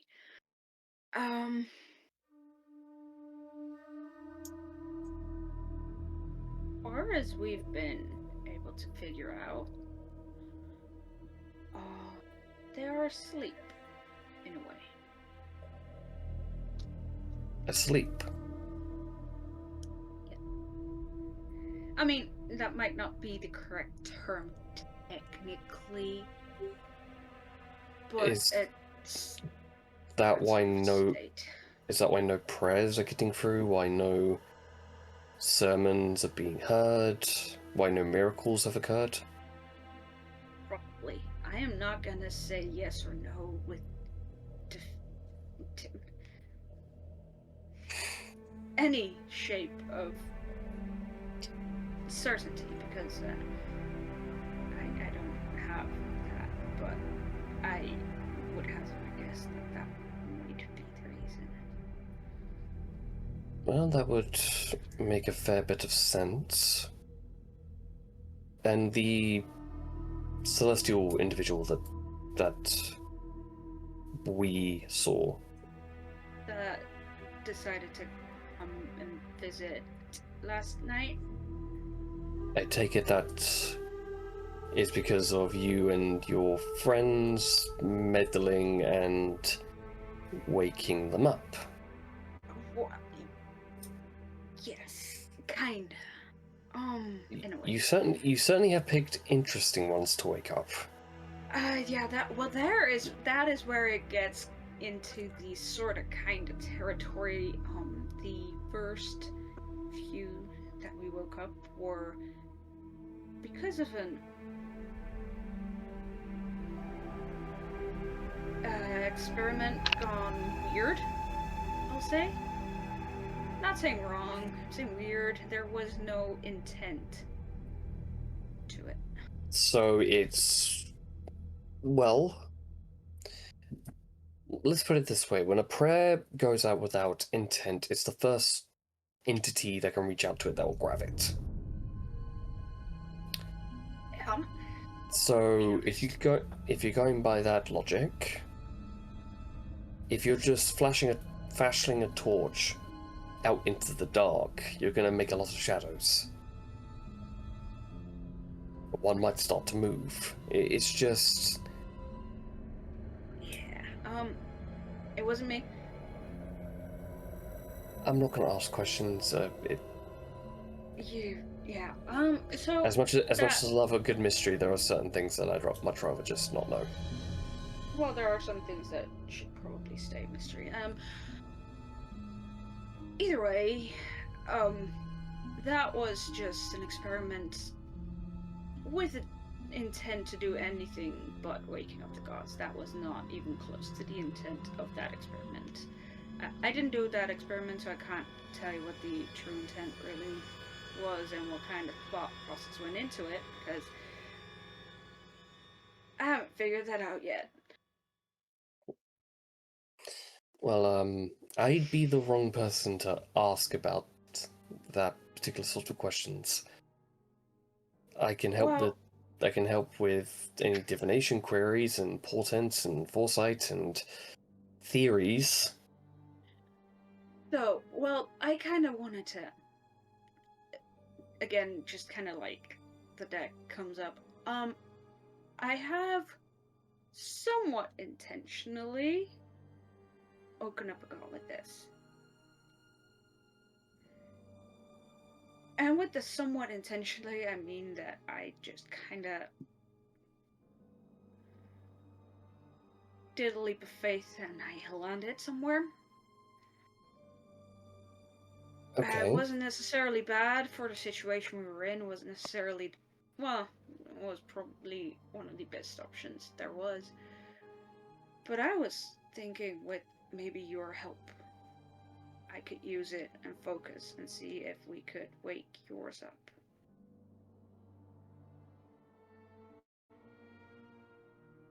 Not gonna lie, I'd be slightly curious to see if that would work.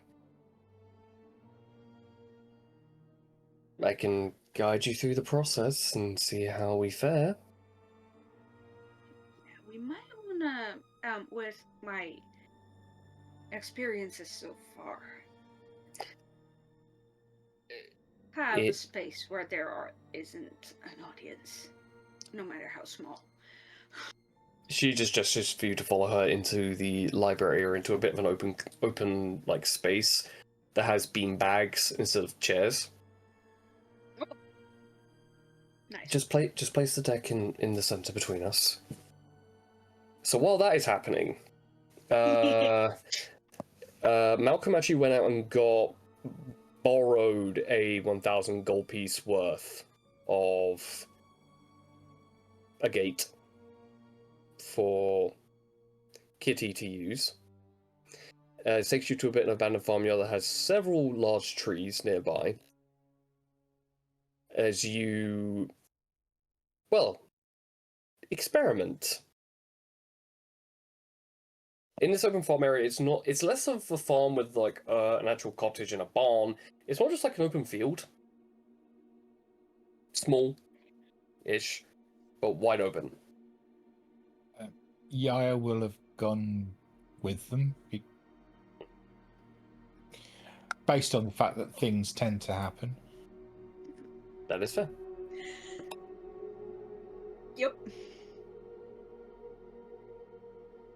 I open up my study book on one side, which is the Lich's book. Okay. Oh, no. I open up on the other side where I've copied everything. Okay. I check them both. Make sure I've got everything. Mhm. And then I take out my scepter of the crystallized former life pieces of people. Okay.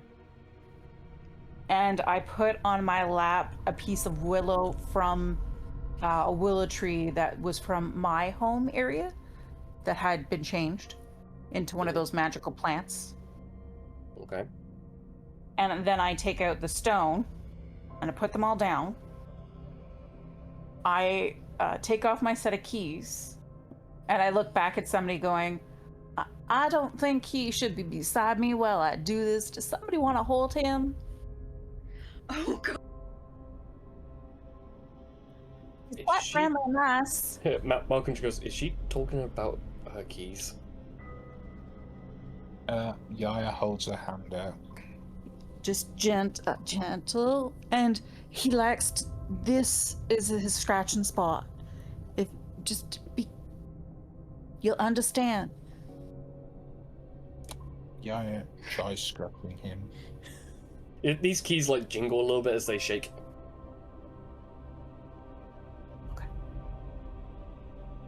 Everybody be real nice. If anybody approaches now, Yaya, with those keys, you gotta keep him settled or he can get a little bitey. Still talking about keys, correct? Talking James. You wish. Hard to say. I'm with Kitty. Okay. I rummaged through my bag of like other like druidic ingredients. I put out some fresh bones and stuff all on the side because I tend to help concentrate with bones. I find the Tarask bone that somebody put in my stuff and go, that's a very large bone. Mm-hmm. Oh, no. And well, They were that should still- do.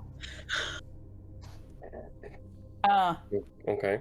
I got everything out front, and then I start meditating and casting the prayer and reach out to an oak tree.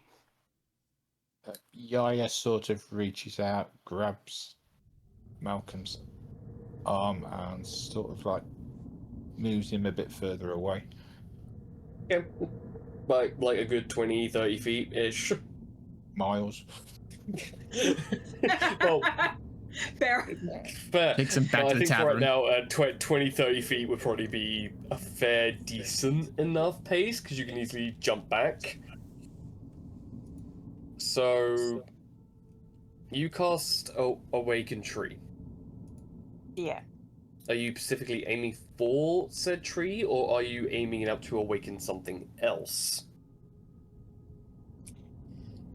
Kitty looks at the tree and lets it go. Because there's no instructions in the Lich's book. There is not. So this is going by instinct alone. Yes. The druid Okay. who's had no formal teaching. This should go well. Go ahead and roll me a D100 and D10 to start with. The great thing about this spell is it doesn't just awaken trees. It can awaken anything with an intelligence of 3 or less. Yep. Any kind of woodland this is- creature, a bush, a blade of grass. Who knows? So on the D100, I rolled a 77. And on a D10, I rolled a 3. So 73. Okay. That passes the threshold by 2. Well, shit. You Have feel fun. something shift.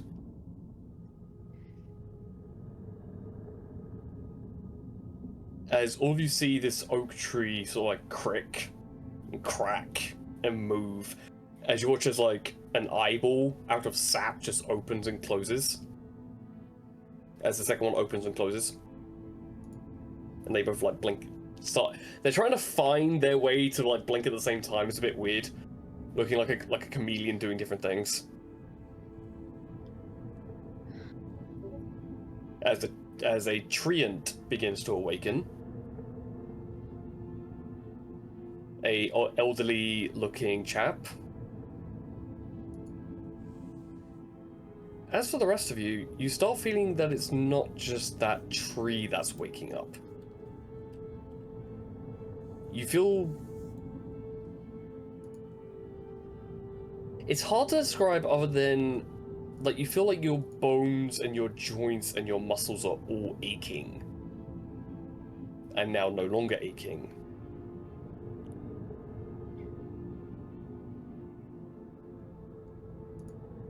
You feel like you have to stand up a little bit straighter. And you get the strong sense of being judged. Not being judged as a person, but judging your life in the series of crimes and virtues. Kitty, what did you wake up? I don't know. This older tree seems to be awake. I don't think it's a tree that's... And it starts to doing move. this. And like cracks and starts forming like what is the equivalent of a hand. If you could count branches and roots as a hand. Strange. And all of you hear this echoing voice coming from almost like a whisper darting across your ear. Strange indeed. Yeah, I was going to ask Idris where that's coming from. Idris is shaking. She did it. I've been asleep for a while. The world seems to have shifted in our absence. As all of you blink, and you're standing in ankle-deep, freezing cold water. Alone. You don't see anyone around you, but each of you are in this location. Malcolm included. At least, as far as you can feel. Oh no. And you see beneath chains that could chain up a storm giant just float past the water, and yet it has ground beneath. But if you stick your hand in, you can go all the way down to your shoulder or your elbow, and you wouldn't have reached the bottom. Who do I owe thanks to waking me?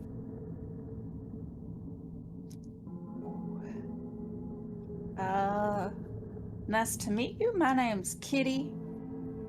Or I suppose you'd like my full actual name, Catherine.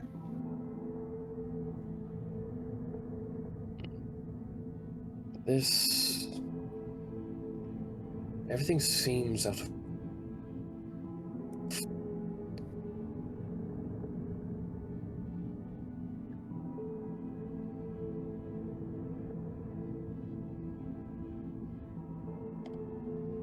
Are you okay? I'm a little unsettled. I'm not going to besmirch any of your intelligences for waking me up. I'm real sorry. things have kind of gone a little pear-shaped after the war that you all had. And, To be fair, for the rest of you, as all of you see this tiny little bit of light begin to appear, that is who greets you. It's a tall man, yellow eyes, pale skin, long, pale yellow hair, with what looks like orange highlights at the end. He has a look of stern judgment, and his eyes look like he has seen law on top of law on top of law on top of law, and you feel like that he is the moment before a gavel hits a stand. It's the moment before a sentence is carried out.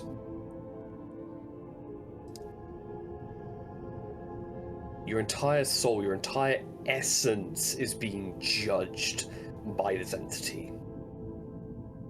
And you see him almost measuring your worth in this moment, in these fleeting moments.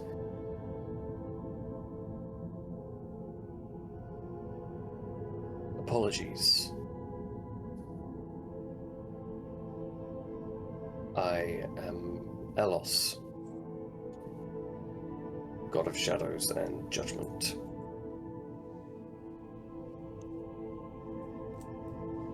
that was gonna be my guess. Your presence of judgment is quite strong. I am one of the oldest gods in existence. One of 4. 4. Who? There was me. There was me. There was Aros. There was... To get...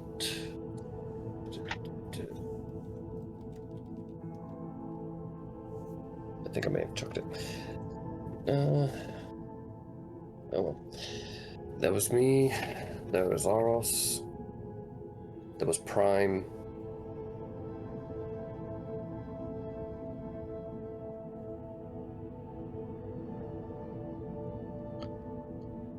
And there was Una. The 4 that were... that taken their first breath.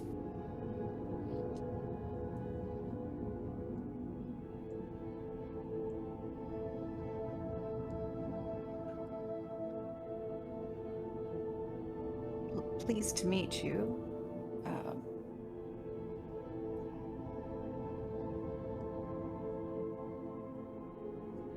I was working on waking up a tree, and I'm afraid the teachings I've been given weren't quite specific. And I apologize for the rude awakening. I feel like no matter what you did, it would be a rude awakening, as you put it. This was forced upon me, not freely done. My mind is foggy, but it's filled with anger.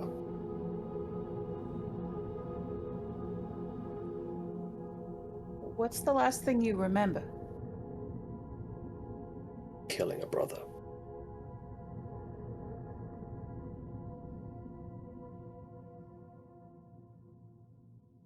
I'm real sorry. The bunch of you were having quite an uprise for a family of divine beings.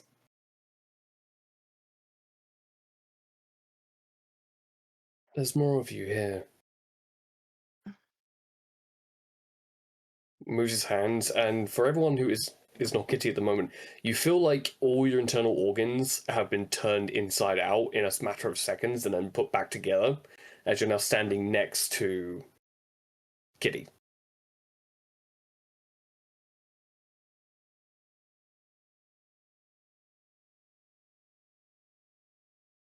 If you want to roll to see if you throw up, that's entirely up to you. No, we're good.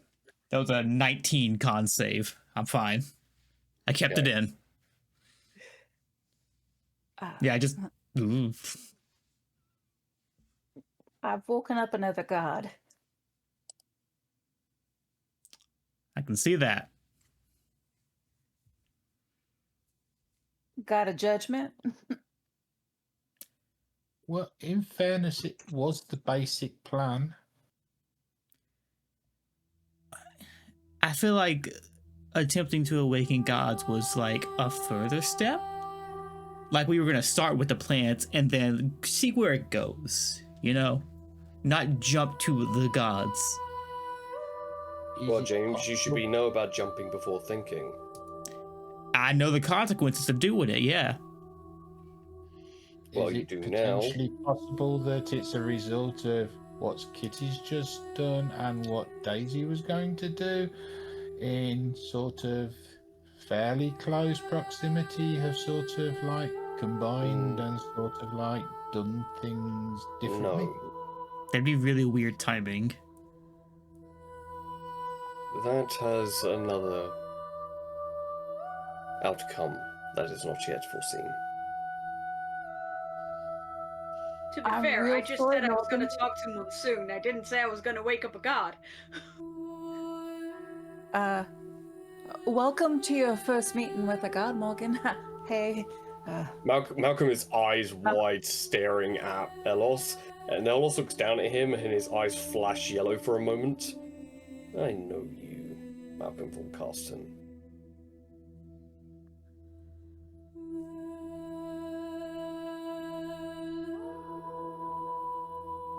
Innocent. And I know you, Richard Howard Ingrid Thane.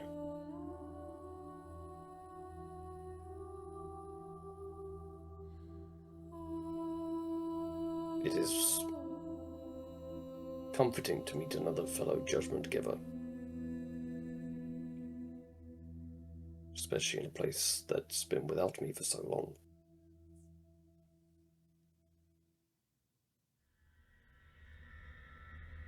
That's not to say your deeds have not gone unnoticed, James Burton. What deeds would those be?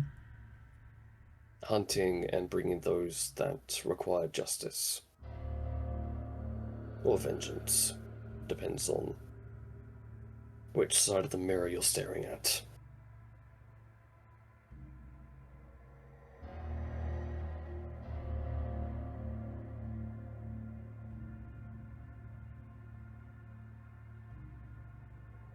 So why wake me?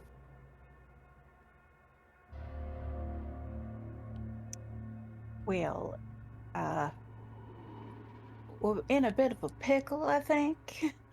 And not saying it lightly. One of the outer abysses seems to have taken notice that y'all sleeping. And we have a theory that we're going to perish. It's the rough theory at the moment. And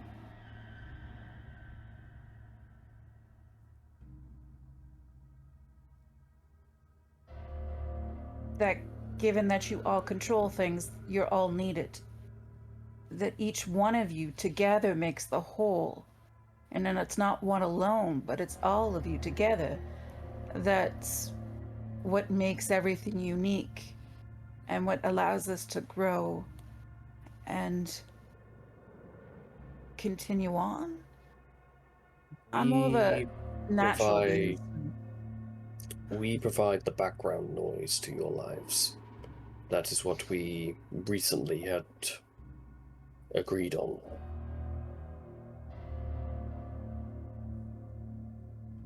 No more bloodshed, and allow the mortals to step forward without us. And by that meaning, without us holding your hand every step of the way. more giving you all the autonomy to make your own decisions, while we handled the maintenance in the back, as it were. Made sure everything's still run the way it should.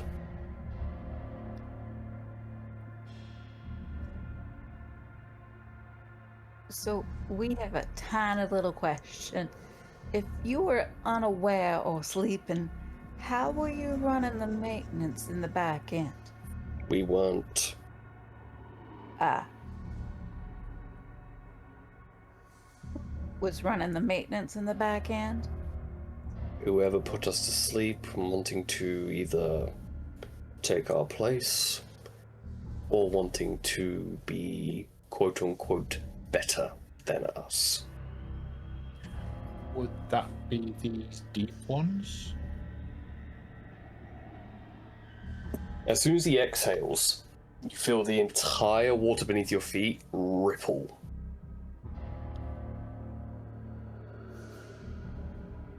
I'm unsure.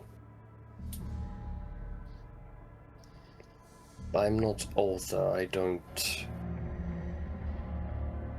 fill my head with knowledge. My domain is of a different kind.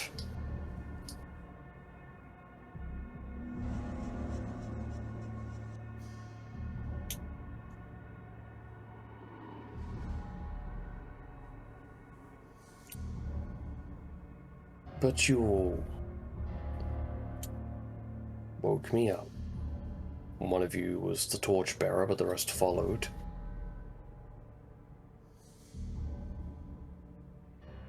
I suppose a welcome is in order to my side of the void halls.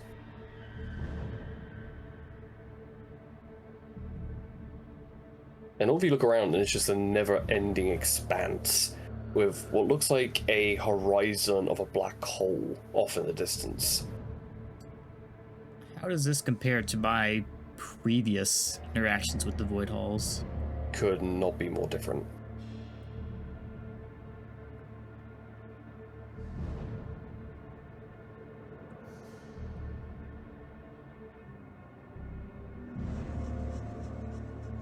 So you shared the Void Halls with Una, then? Not entirely. The Void Halls is what connects my realm with the ones that I worked with when we tried to overthrow our brethren. That connection is still here. At which point you see one of the chains beneath your feet gets a bit quicker, as if it descends into the black.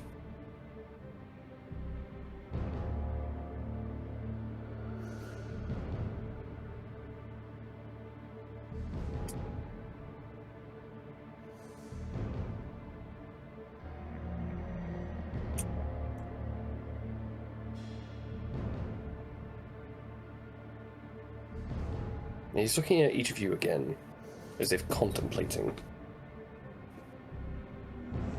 How long has it been since my kin walked amongst you?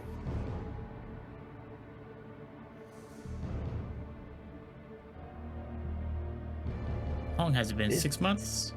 6.5 months-ish. Okay. About 6.5 months, give or take. Well, We in were general supposed- terms, We were Yeah. supposed to leave you in peace for a year.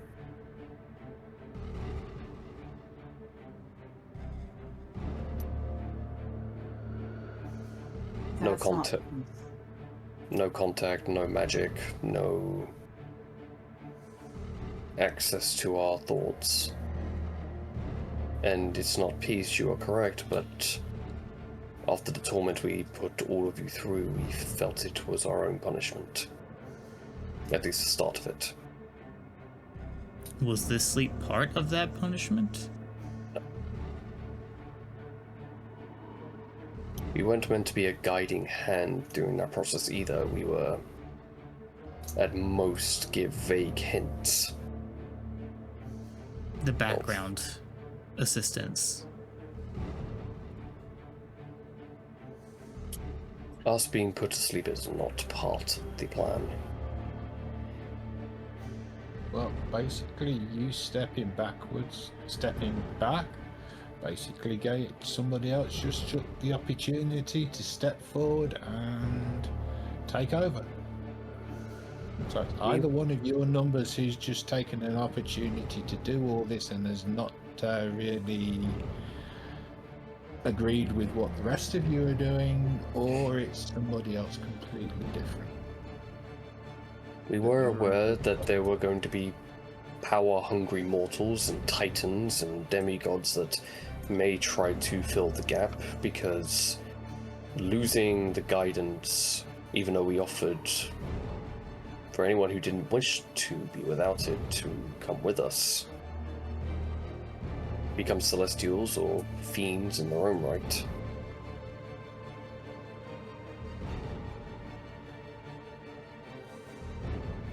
But not all. Not all came. Not all followed. Some stayed behind to be defenders, and that is their choice.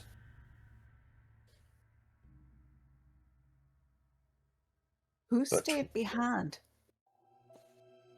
Certain demigods. None of the gods did. A few titans did. The storm giants, for one. Certain great worms stayed behind to be teachers or conquerors, depending who you asked. Certain Fey entities.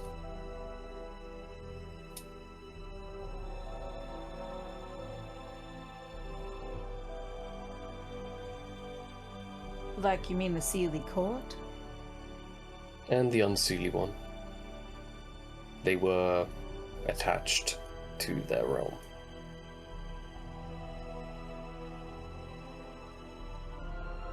And the Mad Harlequin, the god of humanity and riddles, chose to be a custodian. He would have reached out by now.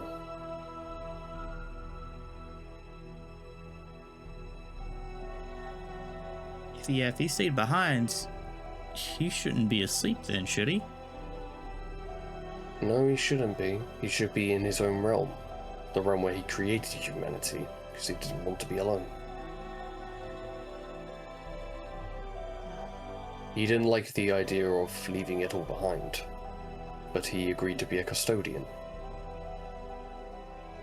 Still keeping to the rules of being in the background, but being a little bit more influential. Is there a way we could contact this Harlequin? You'd have to reach out to one of his mirrors, and they're dotted throughout the landscape if any of them still survived. What sort of mirrors? You're asking what sort of madness the Mad Harlequin has? Well, here's the thing. I came in contact with a mirror. I thought it was the Unseelie Court.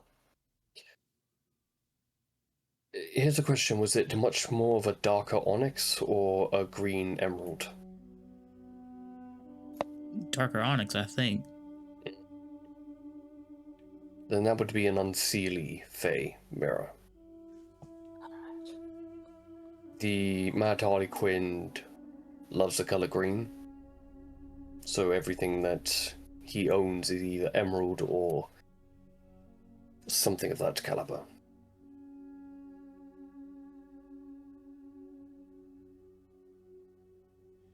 I look over to Richard. Well, Richard, I suppose this is your deity? From what I'm hearing and understanding? Not exactly. I don't really follow a deity per se. But some of our ideals kind of align together.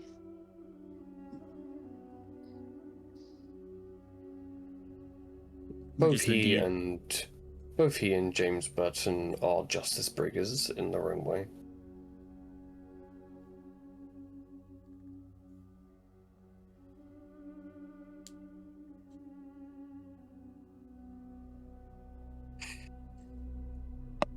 So while this is happening, cutting back to Daisy and Monsoon, what is it that you're intending to do, Monsoon? Not Monsoon, Well- Daisy. I don't know what Monsoon's intending to do, but I am hoping to use her devotion as a sort of channel to actually reach her goddess, and maybe wake her up. Okay. So you reach out with the intent of waking up Merit, the goddess of mystery and portent. Yeah, I'm doing everything to just kind of like keep the circle of intent as specific and small as possible. Okay.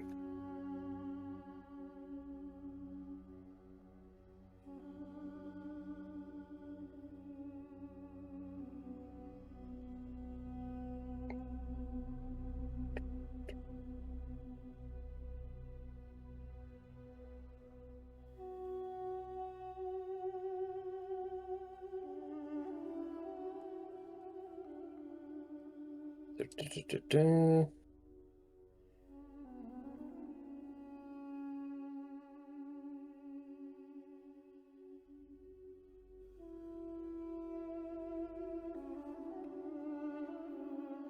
Okay.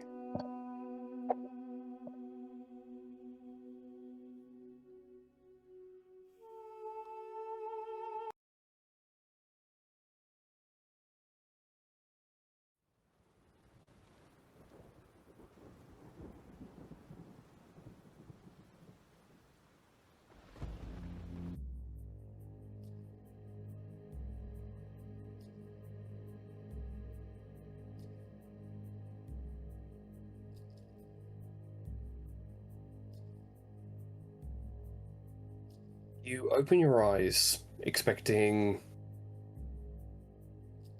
whatever you expect to be the goddess of mystery and portent. But that's not what you feel. Oh no.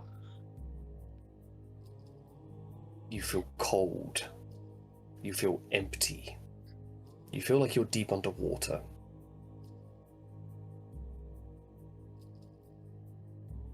Stop trying to wake them.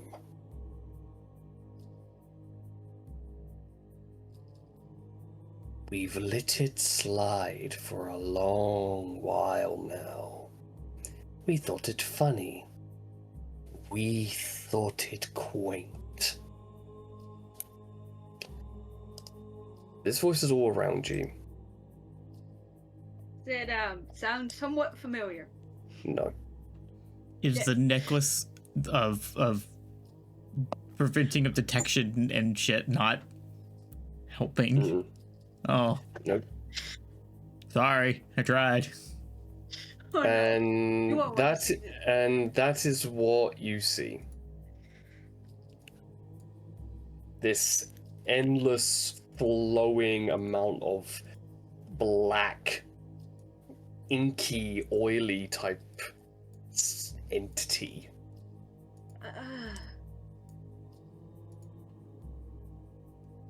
Why do you continue to provoke us?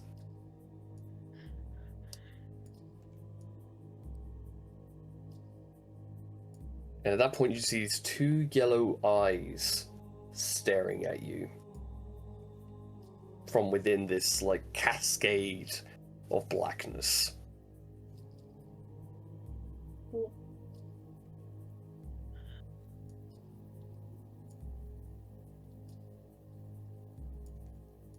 I'm just gonna stay very quiet and still and hope that if, deer in the headlights, if I don't move, I don't exist kinda mindset. You feel a presence behind you as the second one comes around. It's afraid of us. Not like the other one. As the two heads turn, and a third one has cocooned itself around Monsoon. with tendrils wrapping around her throat and are just squeezing a little bit too tight.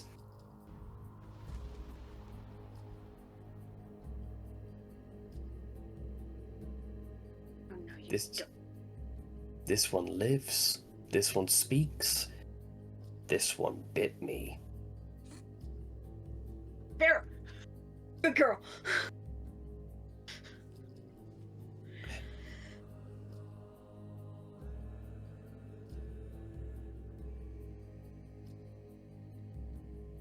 Yet you're the one that we saw when you touched our pet's brain.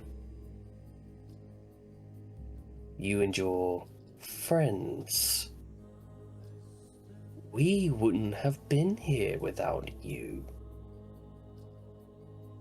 You gave us that idea. You and your companions. Particularly that dread druid.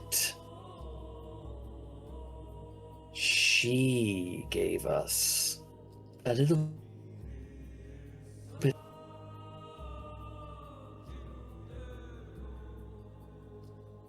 We thank all of you.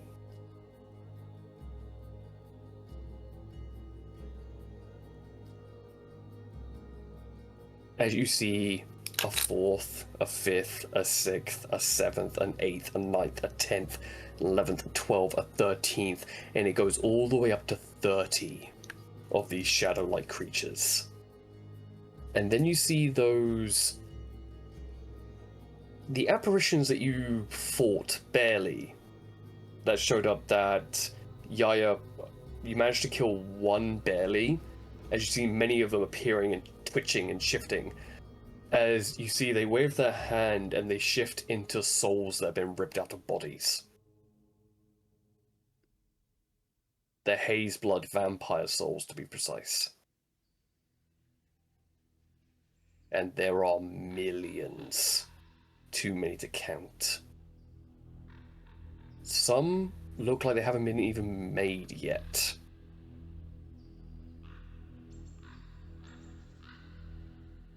And then they tap a finger and they disappear. And you see other apparitions appear and disappear as if they're showing you certain creatures that may show up and may not show up. So tell us, dear Daisy, how should we... Of course.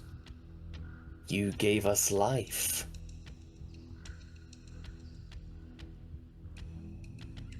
I fucked up. As did James. As did Catherine. As did that... Richard. And Yaya. We would not have been here without you.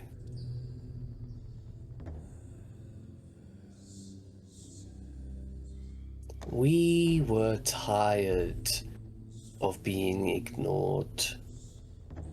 We were tired that we were starved. And they were treated as kings, whereas we were forgotten.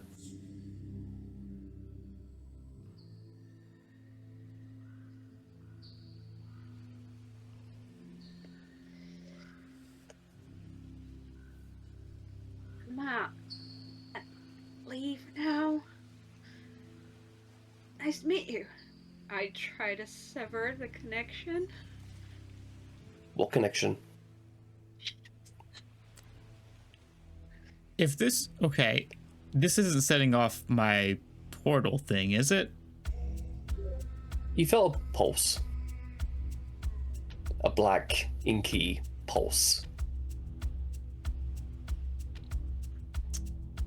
Because you are just within the cusp. I was gonna say, your radius. what would be the time frame of this compared to us being in The that God's minute presence? the second Ellis woke up. Oh, So So you got pulled into his realm at the exact same time that I felt that You felt inky that presence pulse. pop. yeah. Awesome. Oh, And I feel, well, we, us, feel that maybe we should bring one of them to our level. And they all look up at the exact same time, and you look up, and there are chains rolling what looks like on the surface of a water edge. oh no. And you see James, Yaya, Malcolm, Yep. Kitty, and Richard. Okay, Alright, does alright. I have a thought. Mm-hmm. How far away from me is Wilson before I start? Like, can I grab her hand? 60 feet. Fuck. And The- they've called Well- around her so much that if you were to yank her, her body would come free, but her head would stay where it is. Right, okay. Oh. that pulse I felt, it didn't also transmit to below us, did it? Oh, it did. Okay. Kind of. It kind Well- of felt like a vertigo moment where it went from like side to bleh, like, Yeah, like it felt like the from feet- across the town to like below us, just like a shift. Yeah, which made you feel very uncomfortable for a moment, but at that time you were being shifted to That- where everyone yeah. else was. That's So when I it was trying kind not of to like a- puke. Yeah. Yeah. I got confused. Hold on. While I panic. As the chains are slowly beginning to go for Elos, they're not going for the group. They're just slowly moving in Okay, a way like okay. a great white about to like Yeah. bank its way up. Two things. Can I Mhm. hear what? Because they were having a conversation It's- at that point. Like I said, it's a bit like being underwater but being able to breathe. So it's like muffled. All right. So. All right. Second thing. They aren't grabbing me right now, right? As far as you're aware. We're about to find out. I want to kind of, as you're underwater, and I'm kind of sitting at the bottom, I'm imagining, or standing, or So Yeah. I just kind of want to try to just shoot myself up while screaming. I'm probably just gonna scream James because that flies over the tongue easiest. Okay. As you try to shoot yourself up, you don't have a ground to push yourself off. You're literally like Yeah, I'm also using like willing, like you Yeah. know, like we did in the place where we saw the elder brains. There was a thing of like if you will yourself to move a certain direction, you move. So there's a lot of that. Yep. Your intelligence modifier adds onto your movement speed. That's not very fast. Well, it's I 30 think- base plus whatever your modifier is. So that's not impressive. 1 plus Okay, so 1. you have 40 feet of movement essentially. All right. As you're going up, and they are just watching you go. And they look at I'm Monsoon. hoping The can one that's holding Monsoon releases her. She shoots up with you because she's got a +1 to her intelligence as well, so she's catching up. As they go, no more judgment. As the chains catch up and go rapidly past you quickly. As Elos goes, Do we get to see Can I any of this in grab on? advance? happening? Can no, I it's all grab onto black. the chain? It's all black beneath you. Yeah, you can hold all the chains, and you are now going from 30, 40 feet to 170 feet per second. That's gonna hurt. I Well, here's just the thing. kind of. You get like flicked away by the giant chains, as does Monsoon, because she held onto you, thinking you knew what to do. And out of nowhere, for the rest of you, you hear this splash next to you as both Daisy and Monsoon come flying out of the ground, out of the water, and skid about 10 feet away from you. And as you turn, Did they hear me scream? when you broke the Because I surface. was. When I broke the surface. Otherwise, it was just complete silence. Alright. Well, At which point, Elos kind of just goes. His eyes go wide as if something triggers his mind. He goes. What the. As he gets pulled under. could I have had like a half second to try and yank him out of the way? I would have gone, or just like, you know, a tackle, rugby tackle. Roll like me a strength. absolute Roll me a shit. strength. Roll me a strength check. Can I make a bid for No. athletics? No. Fuck. Well, no. If you're trying to tackle him Athletics. or pull him, then it would be athletics. Yeah. Yeah. All right. What Yaya would would also like, if that fails, Yaya wants to try and grab hold of Elos. Okay. Be nice. Be nice. Also, I have an idea of something. If something else doesn't work.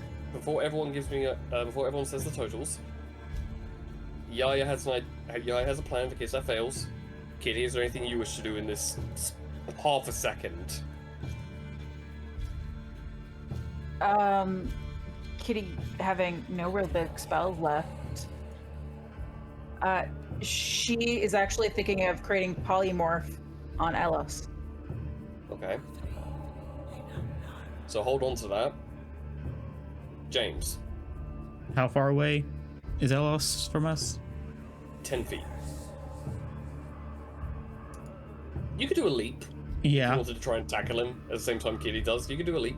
I'm going to try and tackle and at the same time cast protection from evil and good on him. Okay. So that's going to be athletics as check. like the touch action of the tackle. Yeah. So, two of you are going for a dive tackle. Monsoon is giving Daisy guidance, so you get an extra D4 to that. Richard, what do you do? So as I'm seeing, is there a change coming up from underneath him, or is it just him dropping down? He looks like he's about to be yanked under, but chains are beginning to wrap around his feet. Okay, and how big of a space is he taking up? Is he like a At present- humanoid, like medium-sized creature? Medium size, yeah. He's not like in a massive godlike war form right now. Okay, just underneath of him, towards the Mhm. water, I'm going to cast Shape Water and freeze a 5-foot cube underneath of him. Okay. So, in this moment, Daisy, what'd you get? I rolled a natural 19. I rolled a Oh. 4 on my D4, and I have a +5, so that is 28. 28. If my math is correct. The DC was 25. Good. James.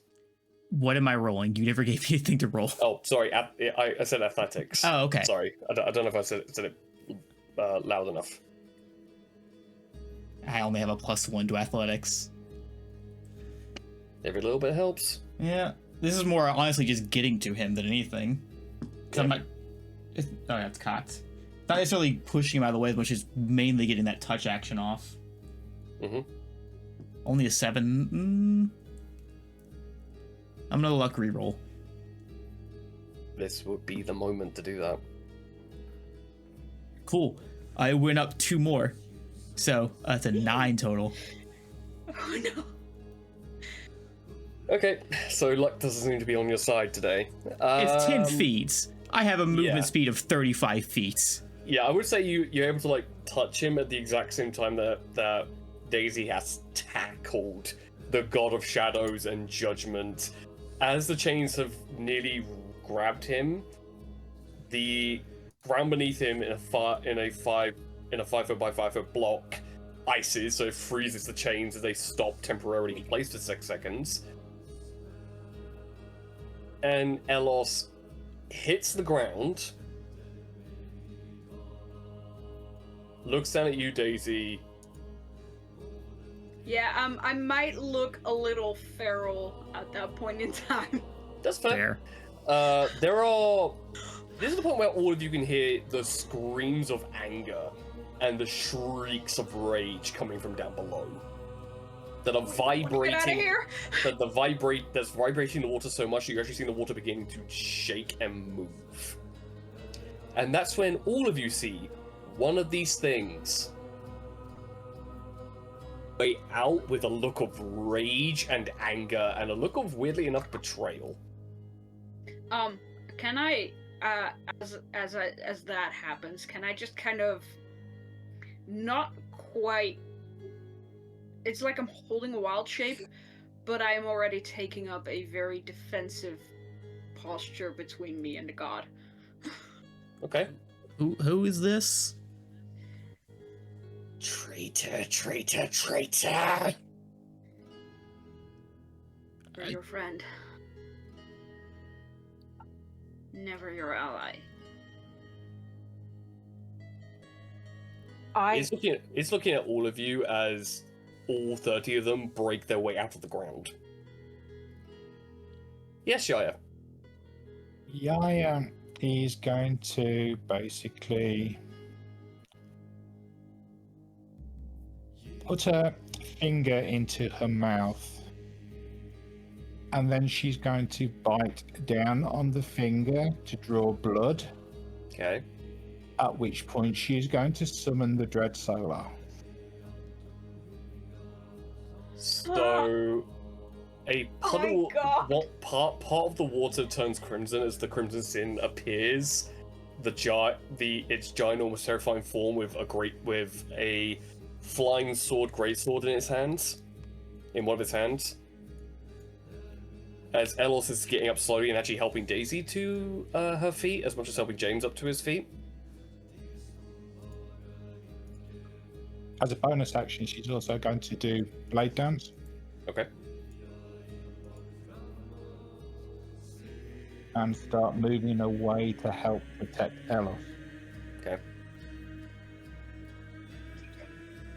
Fuck are these guys? No one has answered me yet on who they are.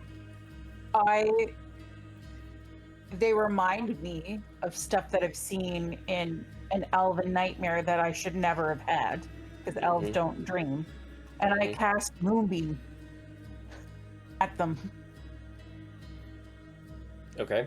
You do that, and two of them hiss and move out the way from the beam of light. As soon as though I see that it's actually working this time, I get down kind of feral-like and get ready to control it. And just look at them, and I bring it closer between us and them to protect Ellis. At which point one of them tilts his head looking at you, James. We're from the deep. Can I just, as that happens, also just kind of go to James, remember that shitty letter I got and got a panic attack about? Oh, so I point to this. So are y'all the ones who put the gods to sleep? Not us, but we helped. Who is it you helped?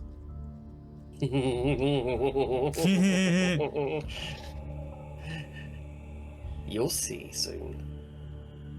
This means it was not my fault. Any of it was not my fault. Oh no, this was fully on me. I'm sorry. Stop waking them. No. No. Yeah. Fuck you. And yeah, I cast Mage Armor. And I cast a spell too. Sure. Can I cast a spell? How close is the group? In like an area of each other. Let's get the energy of, can I get a waffle? They're all roughly close together, like a mass of shadow. So... I was meaning like our party group. Oh, your party group is like within 5 feet of each other, like quite compact. Perfect. I will cast Crooked Ward. It is a 30-foot radius sphere. Each aberration, fey, fiend, monstrosity, or undead in the sphere has disadvantage on ability checks and attack rolls. When an affected creature enters the sphere the first time or starts its turn there, it must succeed on a wisdom saving throw or be frightened until the start of its next turn. Okay. I don't count as Fae for this, I hope? You're counting as an ally, so it wouldn't affect you. Alright. I'm about to say, because I definitely count as part fiends. Yeah, we had discussed this before. Yeah, I we can had, Okay. yeah, we had discussed it before. It's more or less of the anyone who's considered an ally. Yeah. Otherwise, Alright. a spell that You know, sounds it's really like, cool fail. doesn't. Yeah, a spell that sounds really cool but doesn't help is not exactly a very as it's almost like a square off as they're like shifting and twitching and looking at each other and their eyes are flashing, almost like doing like a telepathic signal to each other. Yes, Daisy. Seeing as I absolutely love that moonbeam going there, Mm-hmm. I'm just gonna add my own. So there's now two beams of silver light. Yeah. As they're like backing away slightly. So, I guess we've all finally met now. I still don't believe we have your names. We're the monsters from the deep. There's not much else to us. Oh, so you're just little pieces of crap. Monsters of the Do you deep. really need that's to piss them totally off vague. anymore? Well, they don't even have names. Yaya reaches into a pouch behind her just in case she needs it, but it's a little sort of like spherical thing with multiple colours on it. Mm-hmm. Okay. Not using it, she's just getting it ready in case she does. Mm-hmm. Are you going to use a magical bomb on us? Oh, no. We watched you do it before.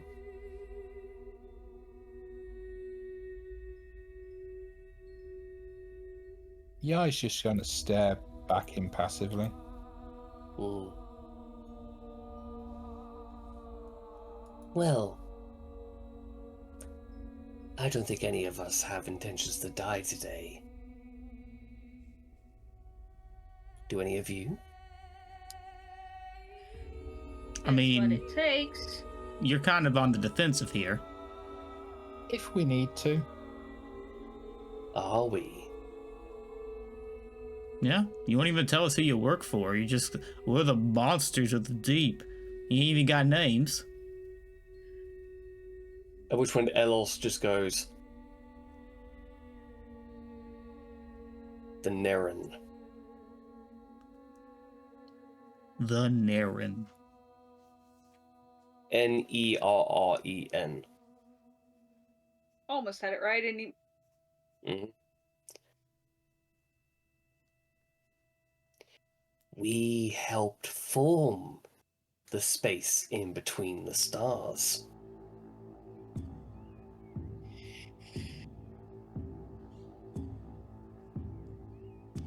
And they forgot about us. But we followed them here. Introduced a little madness to their peaceful existence. I can understand why they'd forget about you. I'd want to forget about you. Everyone wants to forget about us. You're quite literally nothing. True. We don't deny that. And yet you want to remember nothing? Or you want nothing to be remembered? No. We just want it to be our turn.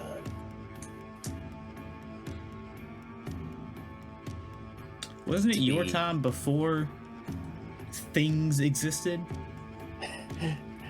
Not by our master's reckoning. So your this masters- master, you keep mentioning a master, but you don't name them, so... Also, Are they your just a figment of your imagination? masters told you didn't exist before. They gave us the chance to be wanted. To be heard. You're not wanted. Can't exactly want nothing, can you? Or Very did clearly. they give you the chance to die and die in taking back this world so that they can then have it themselves afterwards? Seems that you've just been sacrificed as pawns. Plus, there is a need for nothing. The nothing is the void. You as easily could have worked with the gods of the void. Like the one right here. But 2 instead, Elos you just became goes, nothing. no, they do work for the god of the void. Is that different from the void halls? The void halls is his home. He created them.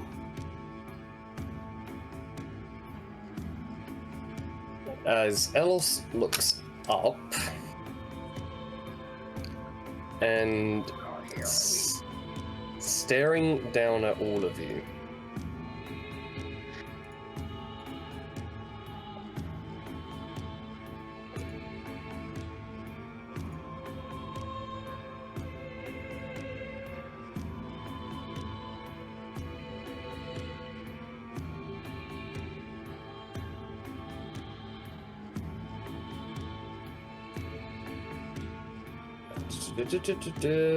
Bear with me, because everything's starting to... Sorry, guys. As this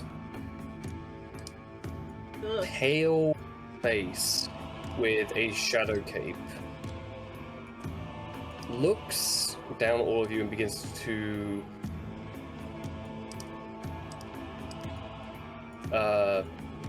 descend, basically.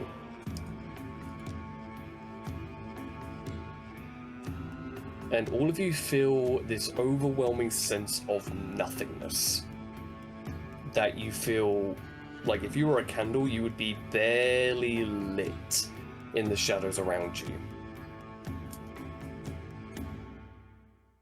As landing in front of this hive of the monsters from the deep, you see that all the edges and the frails and the threads of his cloak is connected to one of these creatures.